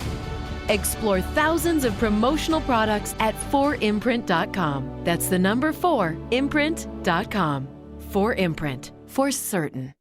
Hi, Barry Sterner, founder of Townstone Financial. We've all heard what the big banks have been doing. Time to call Townstone. I guarantee you can have confidence when calling me at 312-896-2110 or going to townstone.com that our only interest is getting you the best refinance deal available and to make sure your home purchase closes on time and without headaches. Great news, we have several new home mortgage programs. The first is a jumbo mortgage program that only requires a 15% down payment without any mortgage insurance. The second is a bank statement program which allows business owners and self-employed borrowers to finally qualify for a mortgage even if they don't show much income on their tax returns. Had a bankruptcy, short sale, or deed in lieu 12 months ago and want to purchase a new house? We have a program for you too. All programs have restrictions, so give me a call now at 312-896-2110. Remember, nobody values your home purchase business more than Townstone. I guarantee it. I own the company. That's 312-896-2110 or go to townstone.com. Townstone Financial is licensed in Indiana, Michigan, Wisconsin, Florida. NMLS 136639. www.nmlsconsumeraccess.org. Equal housing lender.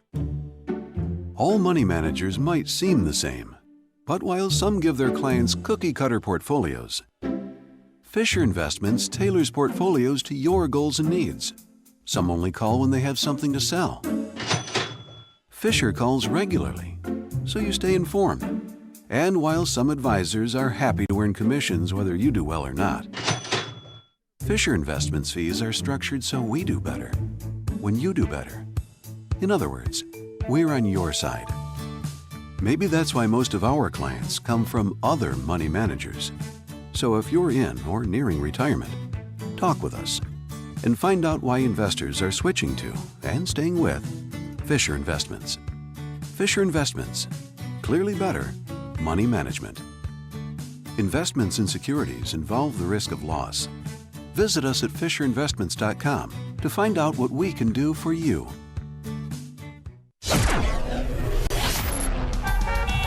It is 8:08. Let's check the roads in the AM 560 Traffic Center with Jim Talamonte. We're seeing some mild delays here or there on this Good Friday. On the Kennedy inbound, traffic slows from Fullerton to Armitage and from the Hubbard Tunnel to the Burns Circle. It's just 22 minutes, so O'Hare to downtown, outbound 21, Tight-Nagel to Harlem. Edens is clear, but Spur has roadwork delays, the Toll Plaza to Waukegan Road. On Eisenhower, it's tight Kedzie to the Circle. 33 minutes, 390 to downtown. Outbound fine at 29. Stevenson, 37 minutes, 355 to Lakeshore Drive. Outbound fine at 34. The Ryan has a 5-minute delay from Cermak to the Circle. I-57, Bishop Ford, all good. The Illinois tollways are fine. The Indiana Toll Road has mild roadwork delays in Hammond. That's traffic. I'm Jim Calamonte on AM 560, The Answer. Chicago's Morning Answer continues next. Your official Chicagoland weather forecast from the 1-hour Heating and Air Conditioning Weather Center and our meteorologist, Steve Williams. A lakeshore flood advisory in effect today. Clouds this morning, sun this afternoon, the high 52. Mainly clear and breezy tonight, low 39. Sunny and breezy for tomorrow with a high 62. Partly sunny on Sunday, high 77. I'm Steve Williams on AM 560, The Answer. 41 at O'Hare. Next news, 8:30. Chicago's Morning Answer with Dan and Amy continues next on AM 560, The Answer. Make sure to check out the Income Store live video stream of today's show right now at 560theanswer.com. This is Chicago's Morning Answer with Dan Proft and Amy Jacobson on AM 560, The Answer.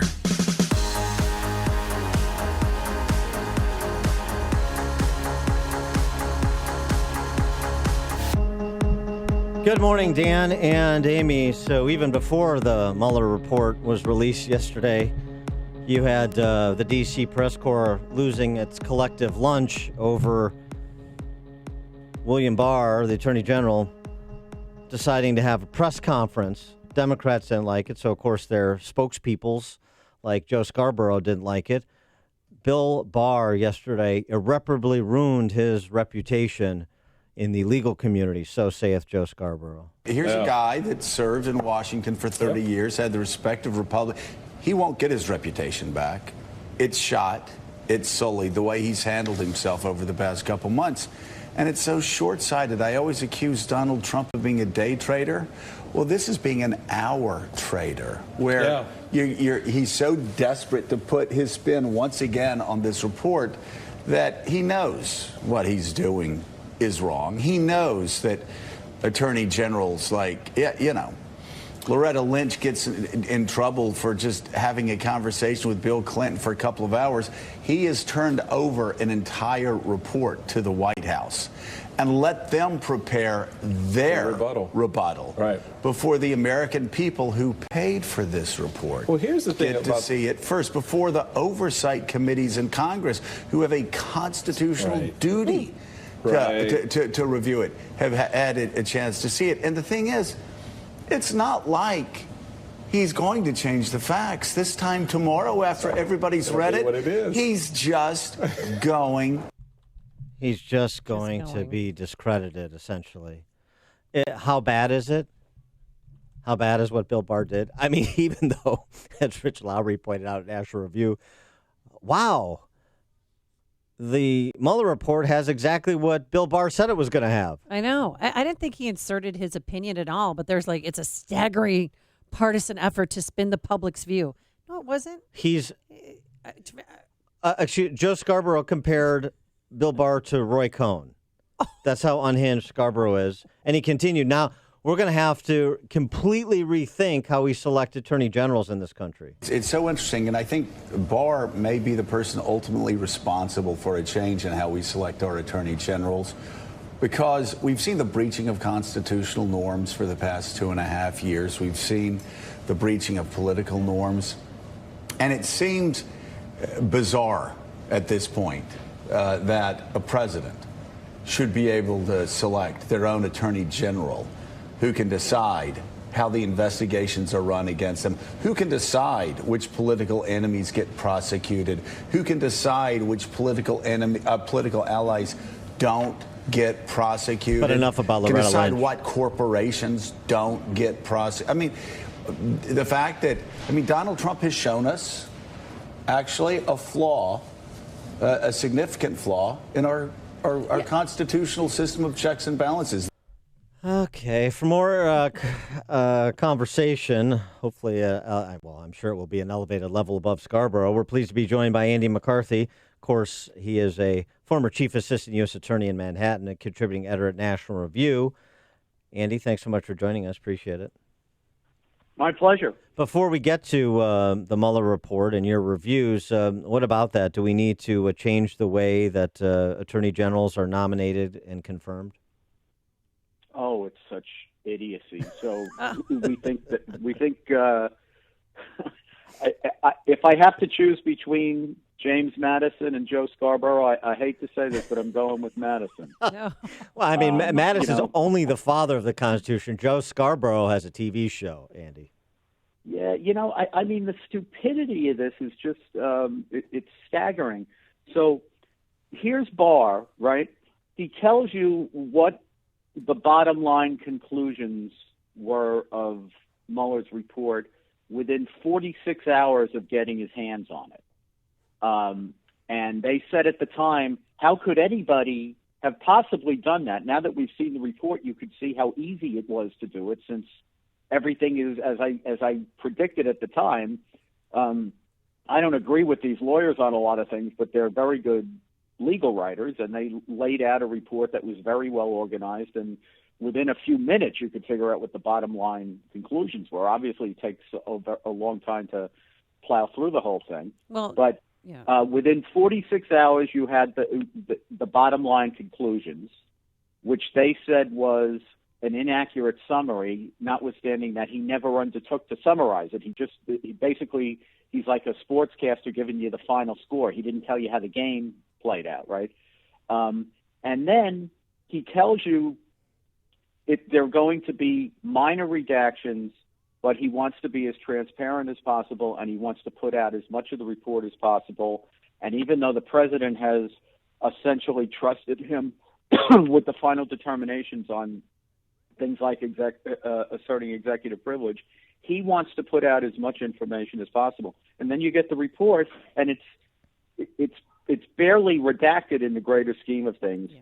Where you see the redactions, you know that they don't have anything to do with Trump and collusion. It's pretty clear from the context what they are and why they've been redacted. You're not hearing anything about the redactions now because nobody could conceivably have heartburn over them. And the report, especially when you look through the obstruction sections of it, is hardly flattering to Trump. I mean, there's really some, there's some really, really unsavory behavior in there. I don't think Roy Cohn would have let that stuff out the door. So you don't think the report was biased in any manner? Oh, I think it's terribly biased. I think it's a complete political exercise. I think they're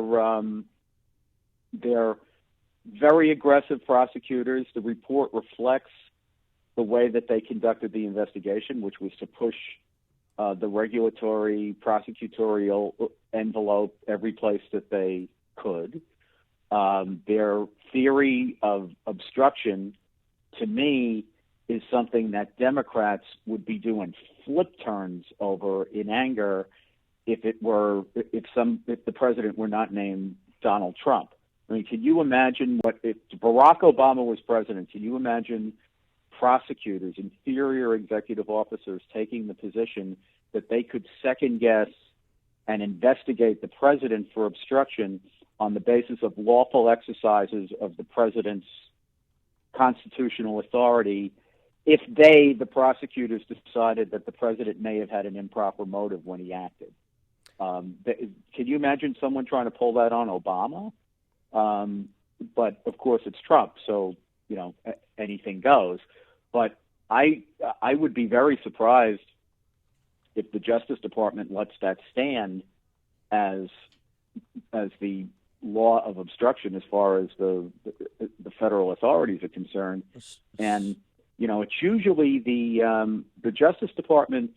One of its roles is that it is the protector of the proper prerogatives of the executive branch, and for these prosecutors to take the position that they, just plain old prosecutors, not Congress exercising its impeachment authority, but line federal prosecutors, are authorized to second guess the president even when the president has acted in an ostensibly lawful manner, is not something I think the Justice Department will agree with ultimately, and it's certainly not something that a Democratic administration would cotton to. So, something else that the Department of Justice probably shouldn't agree to as a change in protocol is the reversal of the burden of proof in these matters. And you write about this in a piece in the New York Post on the matter of obstruction, sort of the remarkable reversal of the burden when it pertains to obstruction. Yeah, well, it's only Trump, right? So who cares about the Constitution? Sure. Yeah. Because he's a creep, right? So he doesn't deserve constitutional rights, unlike the fine, upstanding people that we always give them to, who get charged in federal cases. I think that this is something that people are missing, but was really outrageous. It's Mueller didn't decide the one thing that he was even arguably needed for. I don't think he was needed for this. I was against there being a special counsel from the start. But he came into the case on the heels of Comey's firing and after the FBI had opened an obstruction investigation. So the only issue we really needed him to resolve, everybody knew in very short order there was no collusion case. And therefore, what you needed him to resolve maybe was obstruction. And that is what he wouldn't decide. And the way he doesn't decide it is really, for people who were offended by the idea that Jim Comey laid out all of the evidence against Hillary Clinton in a case where she wasn't charged, which, by the way, was the Justice Department's rationale for why Comey should be removed, I don't see how you're not equally upset by this, because what Mueller does is say, we're not going to say that there's enough evidence here to charge, but we're not going to exonerate him. We're not going to say that there's not enough evidence to charge. And here's all the terrible things he did. A prosecutor makes one of two decisions. You either charge the case, in which case the person that you are accusing has all the rights the Constitution gives him to clear his name, assistance of counsel, you get a formal accusation, you get to confront witnesses, you get all the stuff that the Constitution gives you to defend yourself. If you're not ready to charge and you're the Justice Department, you shut up. You just don't say anything. You don't lay the evidence out, because the government's not supposed to speak till it's ready to indict formally. Otherwise, you don't speak. And what Mueller did here was lay out all the evidence and say, maybe it's a crime. I'm not here to exonerate him. And the thing is, it's not President Trump's burden to establish his innocence of obstruction. It was Mueller's burden to prove obstruction beyond a reasonable doubt. If he couldn't do that, then he either shouldn't have laid all this out, or he should have flatly said, we looked at this and we elected not to charge. But all this business but we're not saying that he shouldn't be charged. Right. Well, so exonerating him, come on. So he's suggesting, though, that Congress should further investigate the obstruction claims, right?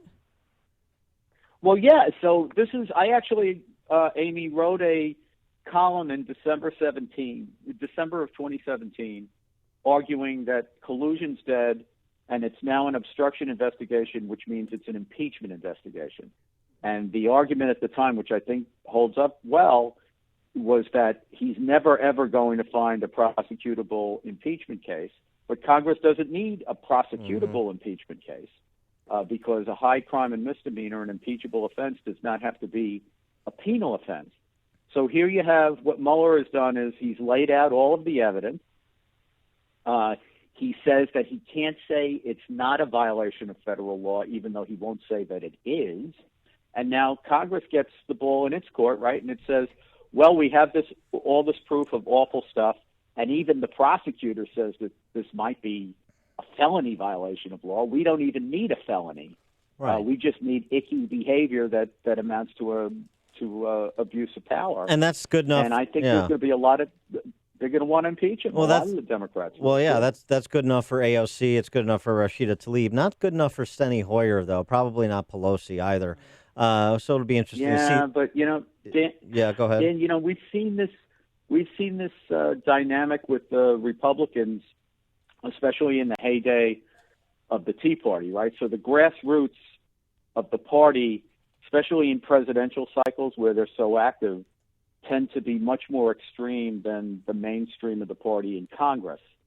And I think what you're going to have is the Democratic base wants Trump impeached. The presidential candidates, all 20 of them, are all going to know that. Right. As soon as one or two of them says, yeah, that's right, we have to impeach Trump, that's going to put a lot of pressure on the rest of them to go there. I mean, look. I saw Amy Klobuchar get interviewed by Bret Baier, and it was clear to me that she thought that the Green New Deal was the loopiest thing in the history of things, and yet she said she supported it. And when Bret went through, like, point by point, do you agree with this? Do you agree with this? She said, no, that's wrong. That's stupid. That's wrong. But she said, but I'm all for it. So I know. I hear you. These guys who even these guys who think impeachment's a dumb idea, they're going to go there. What about the other thing, too, is now President Trump may move on and want to just focus on governing, and that's probably a good idea. But that doesn't mean that we move on from 2016 with respect to the Department of Justice, because you still have a DOJ Inspector General report coming. And right. Even if the political there was a political desire with respect to congressional Republicans to move on and close the book on 2016, speaking of the base doesn't want it, and Justice may demand that you go back and look at what Justice did, who unmasked Flynn, what Obama cabinet officers were doing, and the like. Yeah, I think that the one thing that absolutely has to happen here is we need to have an investigation of the way that the government put its thumb on the scale in the 2016 election.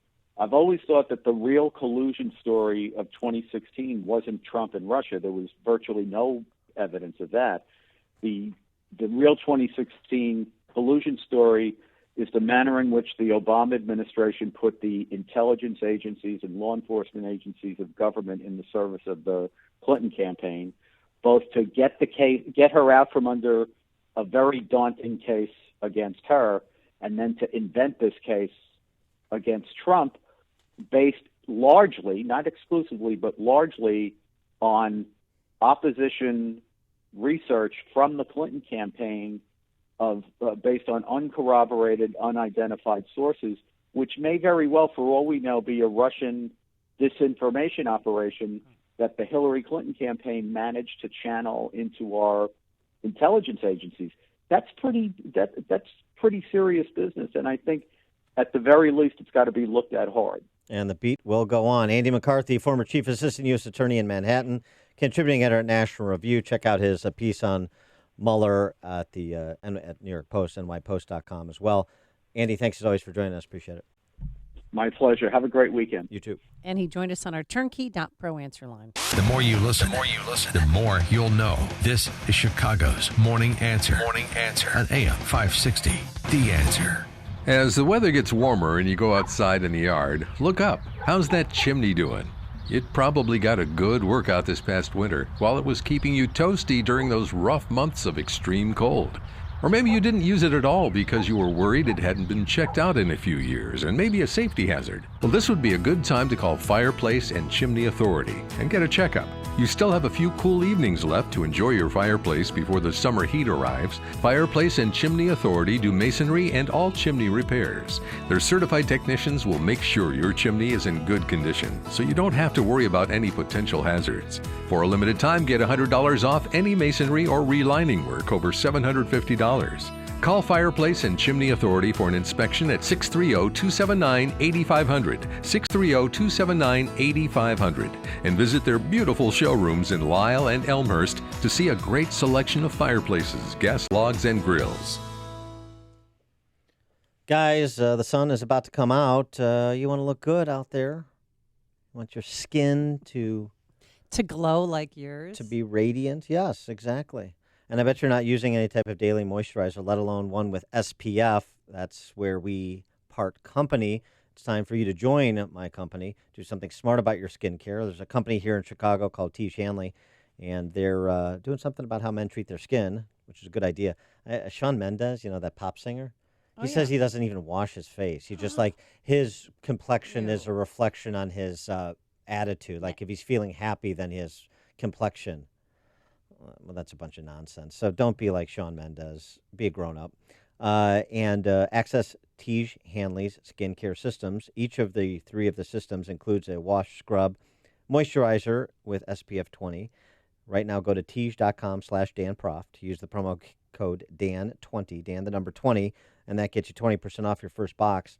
Tiege, TIEGE.com/DanProf. Use the promo code DAN20. It's clear that taxes will likely be higher in the future. So how do you help protect yourself from rising taxes? Join Jack Taboda from the Financial Planning with Jack Taboda show right here from News Radio AM 560, The Answer, for their Tax Freedom Summit webinar. During this live webinar, you are going to learn how required minimum distributions could potentially push you into a higher tax bracket, causing up to 85% of your Social Security benefits to be taxed. Also, how to help protect your Medicare premiums from a stealth tax that most never see coming. How families are taking Social Security benefits early for potentially more money in retirement. Join the Financial Planning with Jack Taboda show for their live webinar Wednesday, April 24th. There's no cost and space is limited. Register now. Go to www.saveyourbenefitselgin.com. That's saveyourbenefitselgin.com. Investment advisory services offered only by duly registered individuals through AE Wealth Management, LLC. Jack Taboda may not give tax or legal advice. You should consult with a qualified professional for guidance before making any purchasing decisions. Taboda & Associates is not affiliated with the U.S. government or any governmental agency.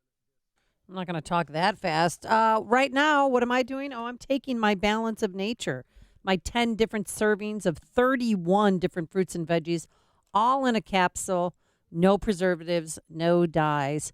And why am I taking it? Well, I've been doing it for about 3 weeks now, actually, and I'm feeling better. I have more energy, less joint pain, less stiffness in my muscles.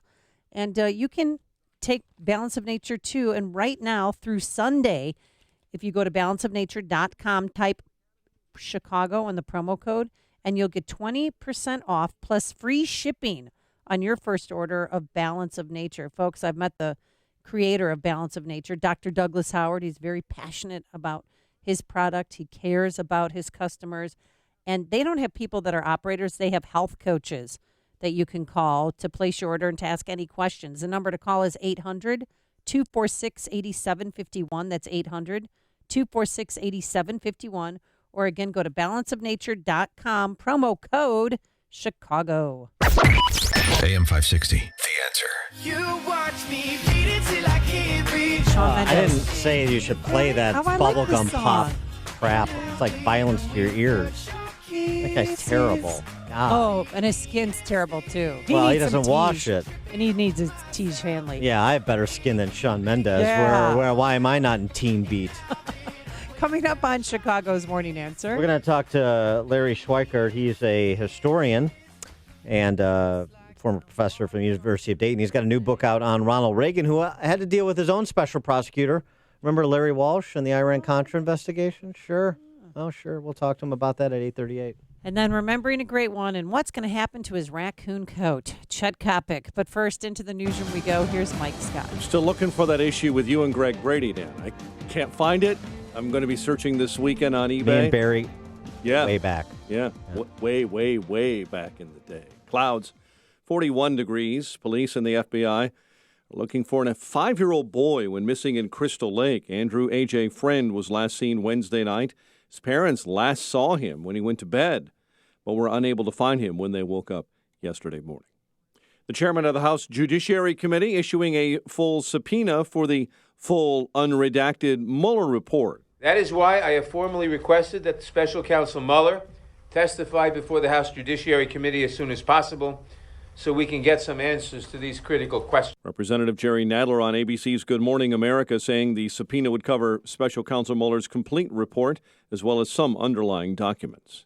Former Vice President Joe Biden may be just days away from announcing his campaign for the White House.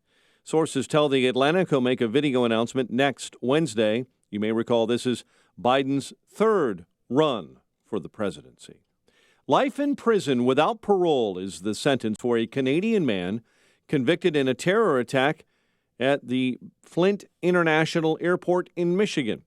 Omur Furtawi slit the throat of an airport police lieutenant in June of 2017. After yesterday's sentencing, his attorneys spoke with reporters. I would have been disappointed, frankly, if he didn't get life.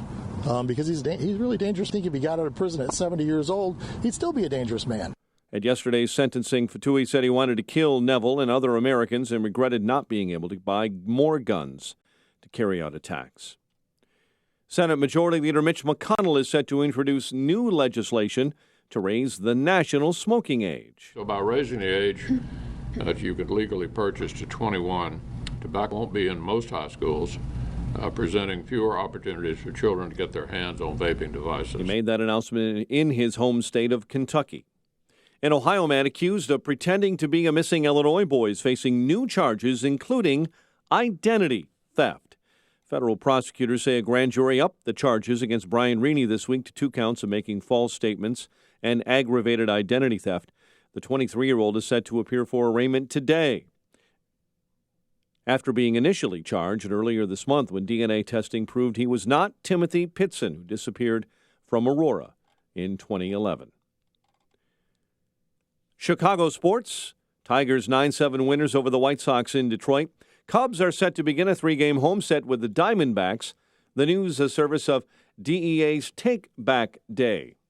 Your unused prescription drugs could end up misused or stolen. Keep them safe, clean them out, and take them back at the DEA's National Prescription Drug Take Back Day, Saturday, April 27th. Find a collection site at DEATakeback.com. A check of traffic and weather on the way next on AM 560. Mike Gallagher can see right through the mainstream media. The president called these MS-13 gang members animals, and this gets morphed into the president calls migrants animals, and it's fake news. And of course, if the mainstream media wasn't so corrupt, there'd be a clarification from them saying, wait a minute, that's not what the president said. The Mike Gallagher Show, weekdays at 9, right before Dennis Prager at 11 on AM 560. The Answer. Signature Bank is Chicago's fastest growing independently owned business bank. It's a bank where relationships still matter. Signature Bank knows your name and your story. I'm Dan Proft, and I know this because Signature Bank is my business bank. I'm Jim Keene Jr. of the Mail House, Inc., a family-owned and operated digital print mail house with a specialty in political advertising and a customer of Signature Bank. We knew that getting a loan to buy our business wouldn't be easy, so we turned to one of our trusted friends for a referral. She told us about the outstanding level of customer service her business received at Signature Bank since becoming one of their first customers in 2006. Today, we couldn't be happier. Not only did Signature help us finance the purchase of the mail house, but they supported our growth as we modernized our operations in mailing as well as from traditional to digital printing. If you're looking for a great bank to grow your business, take a look at Signature Bank. Signature Bank is looking for their next success story. To learn more about turning your business vision into reality, visit signaturebank.bank. Signature Bank, helping local businesses succeed. Member FDIC, Equal Housing Lender. Varicose and spider veins. Wow, what a gift from my mom. She had them, I got them, and not only are they uncomfortable and sometimes painful, but I stopped wearing skirts and shorts because I was embarrassed and I really hated the way my legs looked. When my kids asked me, "What are those things on your legs?" I was done. I finally went to Vein Clinics of America. The procedure took about an hour and I was right back to work. What they're doing with lasers these days is unbelievable. The staff made me feel so comfortable, and the results, well, even my husband has noticed. Vein Clinics of America has been treating vein disease for over 35 years. They're the largest and most experienced in the U.S. Look, I've been doing the commercials for Vein Clinics for years because I really believe in them, and you can trust them too. The best part, my insurance covered the procedure, so stop hiding your legs. Call Vein Clinics of America now to see if you qualify for a free consultation. Call 800-375-8900, 800-375-8900. That's 800-375-8900. Check out Ground Game, the latest podcast from the Associated Press discussing the top political issues around the country. Available on Apple Podcasts.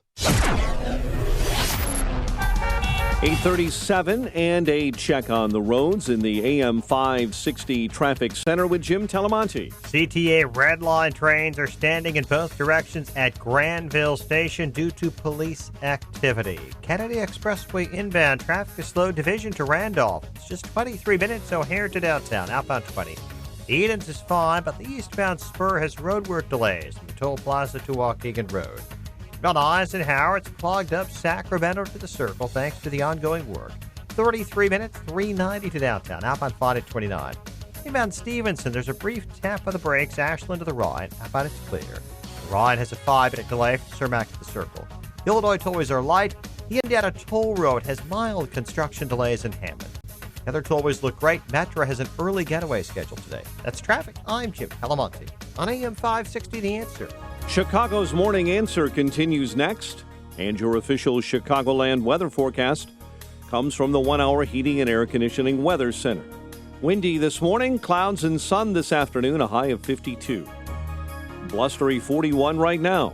Next news at 9, and Chicago's Morning Answer with Dan and Amy continues next on AM 560, The Answer. This hourly segment is sponsored by Financial Planning with Jack Taboda, your 401k specialist. Heard Saturday mornings at 7 right here on AM 560, The Answer. When you've got questions, he always has an answer. It's Sean Hannity this afternoon at 2, right before Joe Walsh at 5 on AM 560, The Answer. Dan and Amy, as I mentioned, arguably the greatest president of the 20th century, I would argue that. Ronald Wilson Reagan from Tampico, Illinois. Or Tampico. Tampico? Dixon, raised in Dixon. Eureka College, football standout. Yeah. President of SAG, pitchman for GE, time for choosing speech at the 64 convention. Worked in Des Moines in the radio there. Governor of California, yeah, Cubs games. Yeah, broadcast company. What else Governor of did California. You know what? He was just gorgeous. And he was loyal to Nancy, and they had such a beautiful relationship. Yeah, much better than Those the one with love Jane letters. Wyman, that was for sure.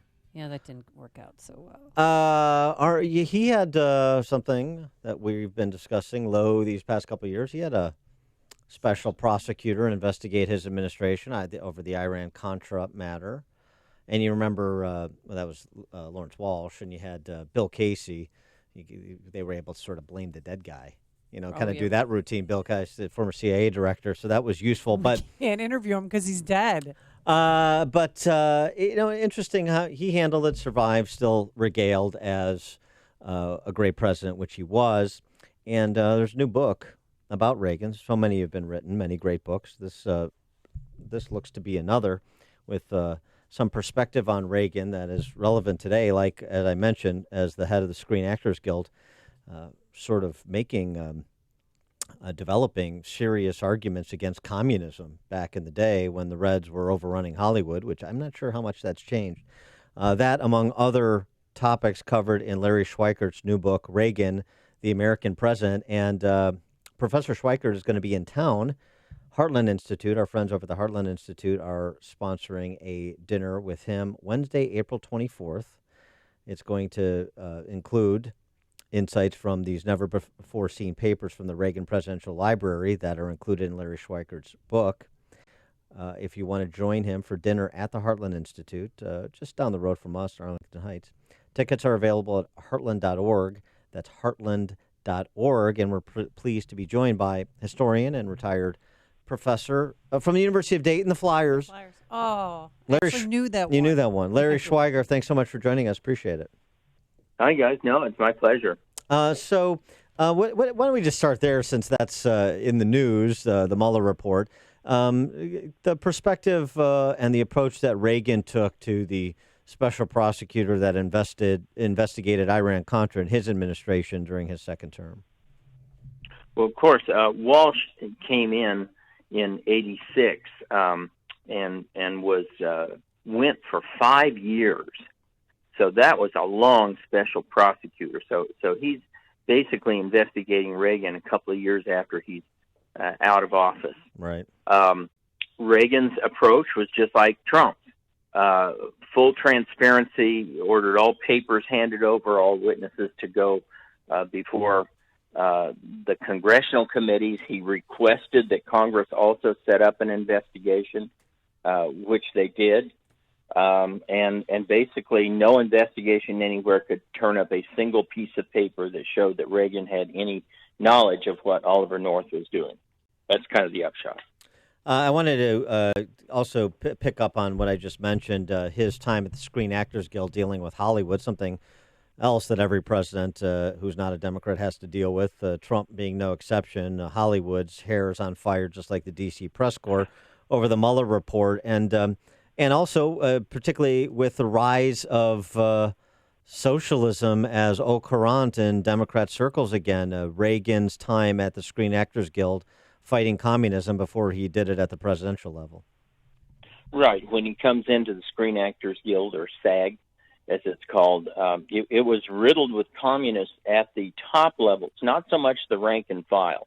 And Reagan was shocked when he got into some of these meetings, and they couldn't even pass a resolution praising capitalism or condemning communism. He goes to a famous after SAG meeting with Olivia de Havilland and James Roosevelt and some others, and he keeps looking at Olivia Havilland all night, kind of strangely, and she says, "You're looking at me strangely all night." And she says, "I always thought," and he said, "Well, I always thought you were one of them," meaning the communists. And she said, "Well, I always thought you were one of them too." So it was really widespread. But of course, he knocks it out of the park when he goes to testify before HUAC, House Un-American Affairs Committee, and they're expecting him to really lambaste Hollywood and really talk about how dirty Hollywood is. And he basically tells Congress, I think we've cleaned it up. I think we purged most of the communists. And then he launches into the most amazing defense of free speech. He says, I would never want to see free speech curtailed or anything done to affect the First Amendment. And he starts quoting Jefferson to the congressmen, or just kind of sitting there listening to him with their mouths open. So it was a great defining moment for Reagan. I just want a quick follow-up. You mentioned Olivia de Havilland, that exchange, that's a fun exchange. Do you think Reagan would have been better opposite her in The Heiress than Montgomery Clift? Well, here's my take on Reagan in his acting years. Yeah. I don't think he ever put himself fully into acting. I think probably the only two parts he really threw himself into were as George Gipp and then in King's Row. But other than those two, first of all, Reagan had a thing about playing anything other than himself. He didn't like playing villains. He only played one villain in his entire life, and it was his last movie, The Killers, which was terrible by all admissions. It really was terrible. And he never would have done what Heath Ledger did, kind of throwing himself into the part, or Christian Bale, where you diet down and lose 200 pounds so that you can look like some anorexic guy. So we call them anorexic, I think by the way. Yes. Reagan just he didn't throw himself into acting the way he threw himself into politics.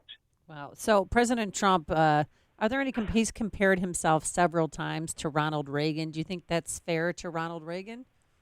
Yep, absolutely. There's an appendix in the book, comparisons between Trump and Reagan. The two men are each the oldest man to reach the presidency when they go in. Each was divorced. Each had adult children. Each was badly underestimated by their opponents. But you mentioned SAG. Mm-hmm. Reagan and Trump are the only two presidents ever to hold a real SAG working card. I think a couple of people did cameos and may have gotten one for that. But both Reagan and Trump held a SAG card for actually working as actors.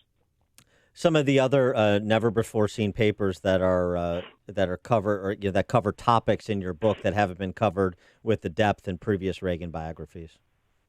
Well, let's look at the economy real quick. The knock against Reagan and his team early on was that they were always providing rosy. That was a word that the journalists always used, because back then they had their template just like they do today, right?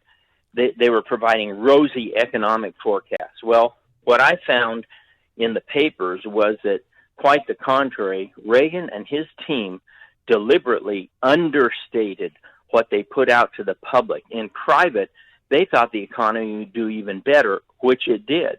The economy lined up with their private expectations, but they were afraid to put that out in public, and so they dampened down expectations in public, and even then they were called rosy.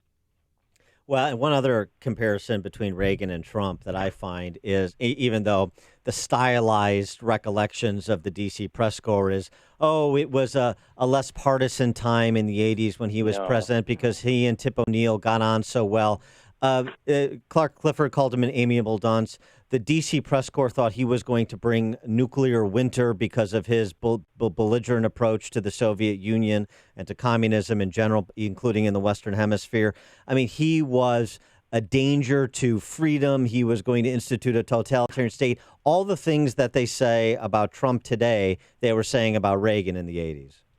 Yeah, and in fact, remember Ted Kennedy writes this letter to the Soviet Union leadership offering his help. What can I do to keep Reagan from getting reelected in 1984? So they absolutely hated him. The only area where you might see a change is that at the time, the main three news networks, ABC, CBS, NBC, would routinely grant Reagan an hour or an hour and a half to do a national public address.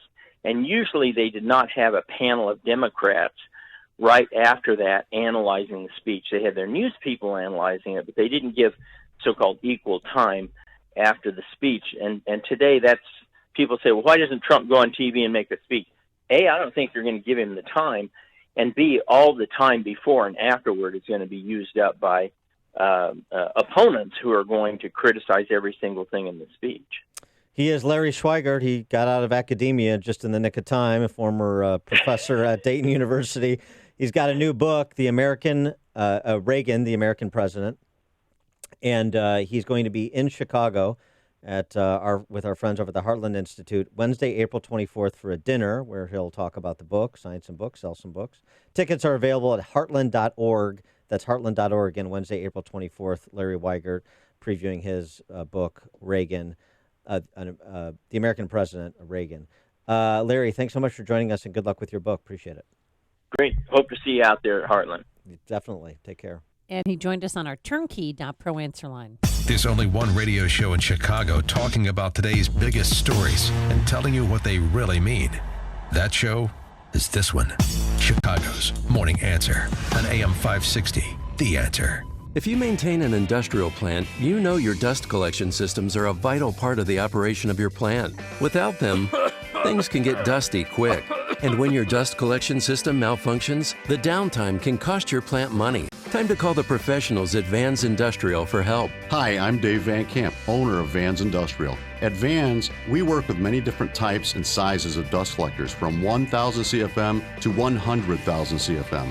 If your system needs housing repair, tube sheet, pulse valves, ductwork, or collection hoods, give us a call. Schedule an inspection today to keep things running smoothly and avoid costly downtime. And when you're ready for a new dust collector, we can design your system from the collection hoods to the stack for plants of all size applications. Vans uses only the best and safest union-trained mechanics, insured at the highest level, to perform the job right. Call 833-VANS-IND. That's 833-VANS-IND. Or on the web at vansindustrial.com. Got a great night's sleep last night, all thanks to MyPillow and the MyPillow mattress topper. And if you're thinking about going to buy an expensive mattress, think again.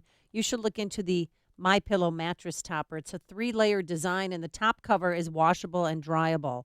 Plus, there's Mike Lindell's 60-day money-back guarantee. You'll get the total body support you need, sleep better, stay cool at night, and you'll save yourself a lot of money. And right now, save 30% on your MyPillow mattress topper. When you use promo code Amy, plus you'll receive 2 standard MyPillows absolutely free. Visit MyPillow.com, promo code Amy, MyPillow.com, promo code Amy, or call 800-489-0201. Balance of Nature's fruit and veggie capsules contain 100% fine-ripened fruits and vegetables, tested pure with no pesticides, fillers, or additives of any kind, and are the most effective whole food supplements on the market today. You might ask, how can over 10 servings of 31 different fruits and vegetables fit into 6 vegetarian capsules? Fruits and vegetables are on an average 85% water. Balance of Nature uses cold vacuum technology to remove the water, leaving only the whole food. We don't use any heat, air, or light drying methods that damage nutrients. Our cold vacuum technology maintains 99% of the fresh fruits and vegetables' original nutritional value. Along with diet and exercise, Mother Nature provides fruits and vegetables to help us maintain good health. To order, go to balanceofnature.com or call 1-800-246-8751. That's 1-800-246-8751 and use discount code CHICAGO. My name is David Hochberg at Team Hochberg. If you're credit challenged, Team Hochberg has a special offer. Credit enhancement expert Gary Novell has taught me everything I know about credit and has helped thousands of radio listeners enhance their credit. If your credit is prohibiting you from purchasing a home or refinancing your existing home, Gary will help. Here's how it works. Call Team Hochberg now at 855-56-DAVID and we'll introduce you to Gary Novell. Invest in yourself by hiring Gary to enhance your credit, and Team Hochberg will refund Gary's fee when Team Hochberg closes your loan. If you'd like a professional to enhance your credit so you could purchase a home or refinance your existing home, call the local mortgage experts on Team Hochberg now at 855-56-DAVID or visit 56david.com. Team Hochberg has helped thousands of AM 560 listeners, but we can't help if you don't call 855-56-DAVID. That's 855-56-DAVID or visit 56david.com. Homeside Financial Equal Housing Lender, Illinois Residential Mortgage Licensee, MB 66761019, NMLS 1124061. In today's turbulent times, professionals from a variety of industries are faced with concerns regarding workplace violence and the harm it can cause to its employees. Workplace violence can manifest in any setting and oftentimes might come without warning. The team at P4 Security Solutions can assist your organization in mitigating risks to prevent you and your employees from becoming a victim. Hi, I'm Lawrence Doria, President and CEO of P4 Security Solutions. As a lifelong Chicagoan and security expert with over 40 years in the industry, I take pride in providing our clients a variety of security offerings to address your risks and concerns. Our security services deliver customized offerings to address threats while maintaining continuity. P4 Security Solutions, your trusted advisor for uncertain times. Contact P4 Security Solutions when you require active shooter training, workplace violence programs, off-duty police services, security assessments, personal protection, or any other of our security solutions. Visit our website at p4secure.com or call us at 312-502-1702 for immediate response. AM 560, The Answer.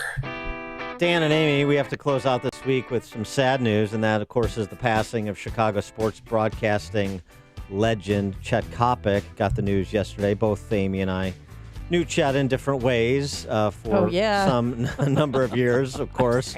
And that sounds nuts. I mean, he was wearing a fur coat before Willie the Wimp. Yeah, he was. His raccoon coat. It's his signature coat. He used to wear it all the time. He used to wear it in live shots. And, you know, his last book, Your Dime, My Dance Floor, Chet Kopic, In Pursuit of Chet Kopic. Mm-hmm. I think everyone should go out and buy his book. Yes. As a way of saying thanks for the memories. He wrote my book. Amy, well, you gorgeous radio chick, exclamation point. Yeah. I love you, Chet Kopic. There you go. I love it because he was, you know, he's an old school bad boy, but he owned it and he didn't change his ways because of the Me Too movement or anything. He was true to himself. Fixture over at the East Bank Club. Well, yeah, and he never worked out. In the lunchroom. Well, he Yeah, never of worked course. out, but Yeah. last time I saw him right before we went on our trip, and, you know, he's sitting down on the bench like a king on his throne that he was, and people just coming up to him and talking to him. He knew so many famous people, but that didn't matter. He talked to everybody, and he would love to, you know, he'd share his stories with everyone. And remember, he had different shticks throughout the years. It's Chet Kopic. It is a sport that frequently begs for criticism, a sport that all too often is self-destructive. But when it is right, it is poetry in motion. There was one of his late-night talk shows that he had. He was on radio. He was on TV. Remember, he was the MC of roller derby. Sure. And then the wrestling federation. So he's done it all. And tragically, he died in a car accident. He was a passenger. It happened in the middle after the noon outside of Hilton Head, South Carolina. It was pouring down rain. I talked to the deputy yesterday who said, you know, she was cited, the woman that was driving the car was cited for driving too fast in conditions. And I asked, well, what does that mean? He said, if it's pouring rain, you can't even go the speed limit because that's the law in South Carolina. Well, it's a terrible accident. Well, it was horrible. So, terrible accident, unfortunately. He's only 70 years old, which is, you know, young these days. And my interactions with Chet were when I was at LS, and he was there covering Notre Dame, of course, because the LS broadcast Notre Dame football. And he had the pre-game show for Notre Dame. And he was always great to me as, you know, sort of a fledgling radio guy, and him being somebody who's, you know, considered the godfather of sports radio, sports talk radio. The best story, and this is one that Bruce Wolf and I often share, but I'll share it again. It's the best story. Because he was just so much fun. I mean, he's just a great broadcaster, wordsmith, which I appreciate, but also a ton of fun to be around. So we're all down in Miami for the 2013 BCS championship game, Notre Dame versus Alabama, where, of course, Notre Dame gets crushed 42-14, and the game wasn't even that close. And we're sitting in the press box, the three of us watching the game, and it's about 10 minutes left in the second quarter, and it's already 28-0. Alabama over Notre Dame, and Alabama's backs are just running roughshod over Notre Dame. And Chet Kopic leans over to Wolf and me and says, "So, what's your favorite Manti Te'o play so far?" This is fantastic. Just great comedic timing, colorful guy, great broadcaster, and he will be missed. And his dedication, his last book, he wrote, "Darn right, this book is dedicated to my kids, Tyler and Lindsay, who both have spent years reminding their old man never to bet on the Bears as a home favorite." He went on to thank people. And then he said, "I can't name every name, but you know who you are, and you know how much I love you." And that's one thing. He always knew where you stood with him, and he always exuded a lot of love and energy. And really, he's just someone that is going to be dearly missed. And you called his cell phone to get the voicemail. Hear his voice one last time. So let's hear his voice one last time. Feel free, leave a message. Hi, this is Kopic. You know the drill. Name and number. I'll be back at you ASAP. Meanwhile, peace, love, and the Chicago Bear offense. Peace, love, of the Chicago Bear offense. And the Bears, since he has been to 68 consecutive home games, are going to leave a rose on an empty seat when the Bears play the Packer for our home opener. Thanks so much for making us part of your week. Hug the ones you love, and happy Easter. Now here is Mike Scott. Police and the FBI are still searching for a missing boy in Crystal Lake. 21 charged after dozens of rental car thefts in Chicago. WIND, Chicago News Time, 9 o'clock. They want to see the whole thing. I'm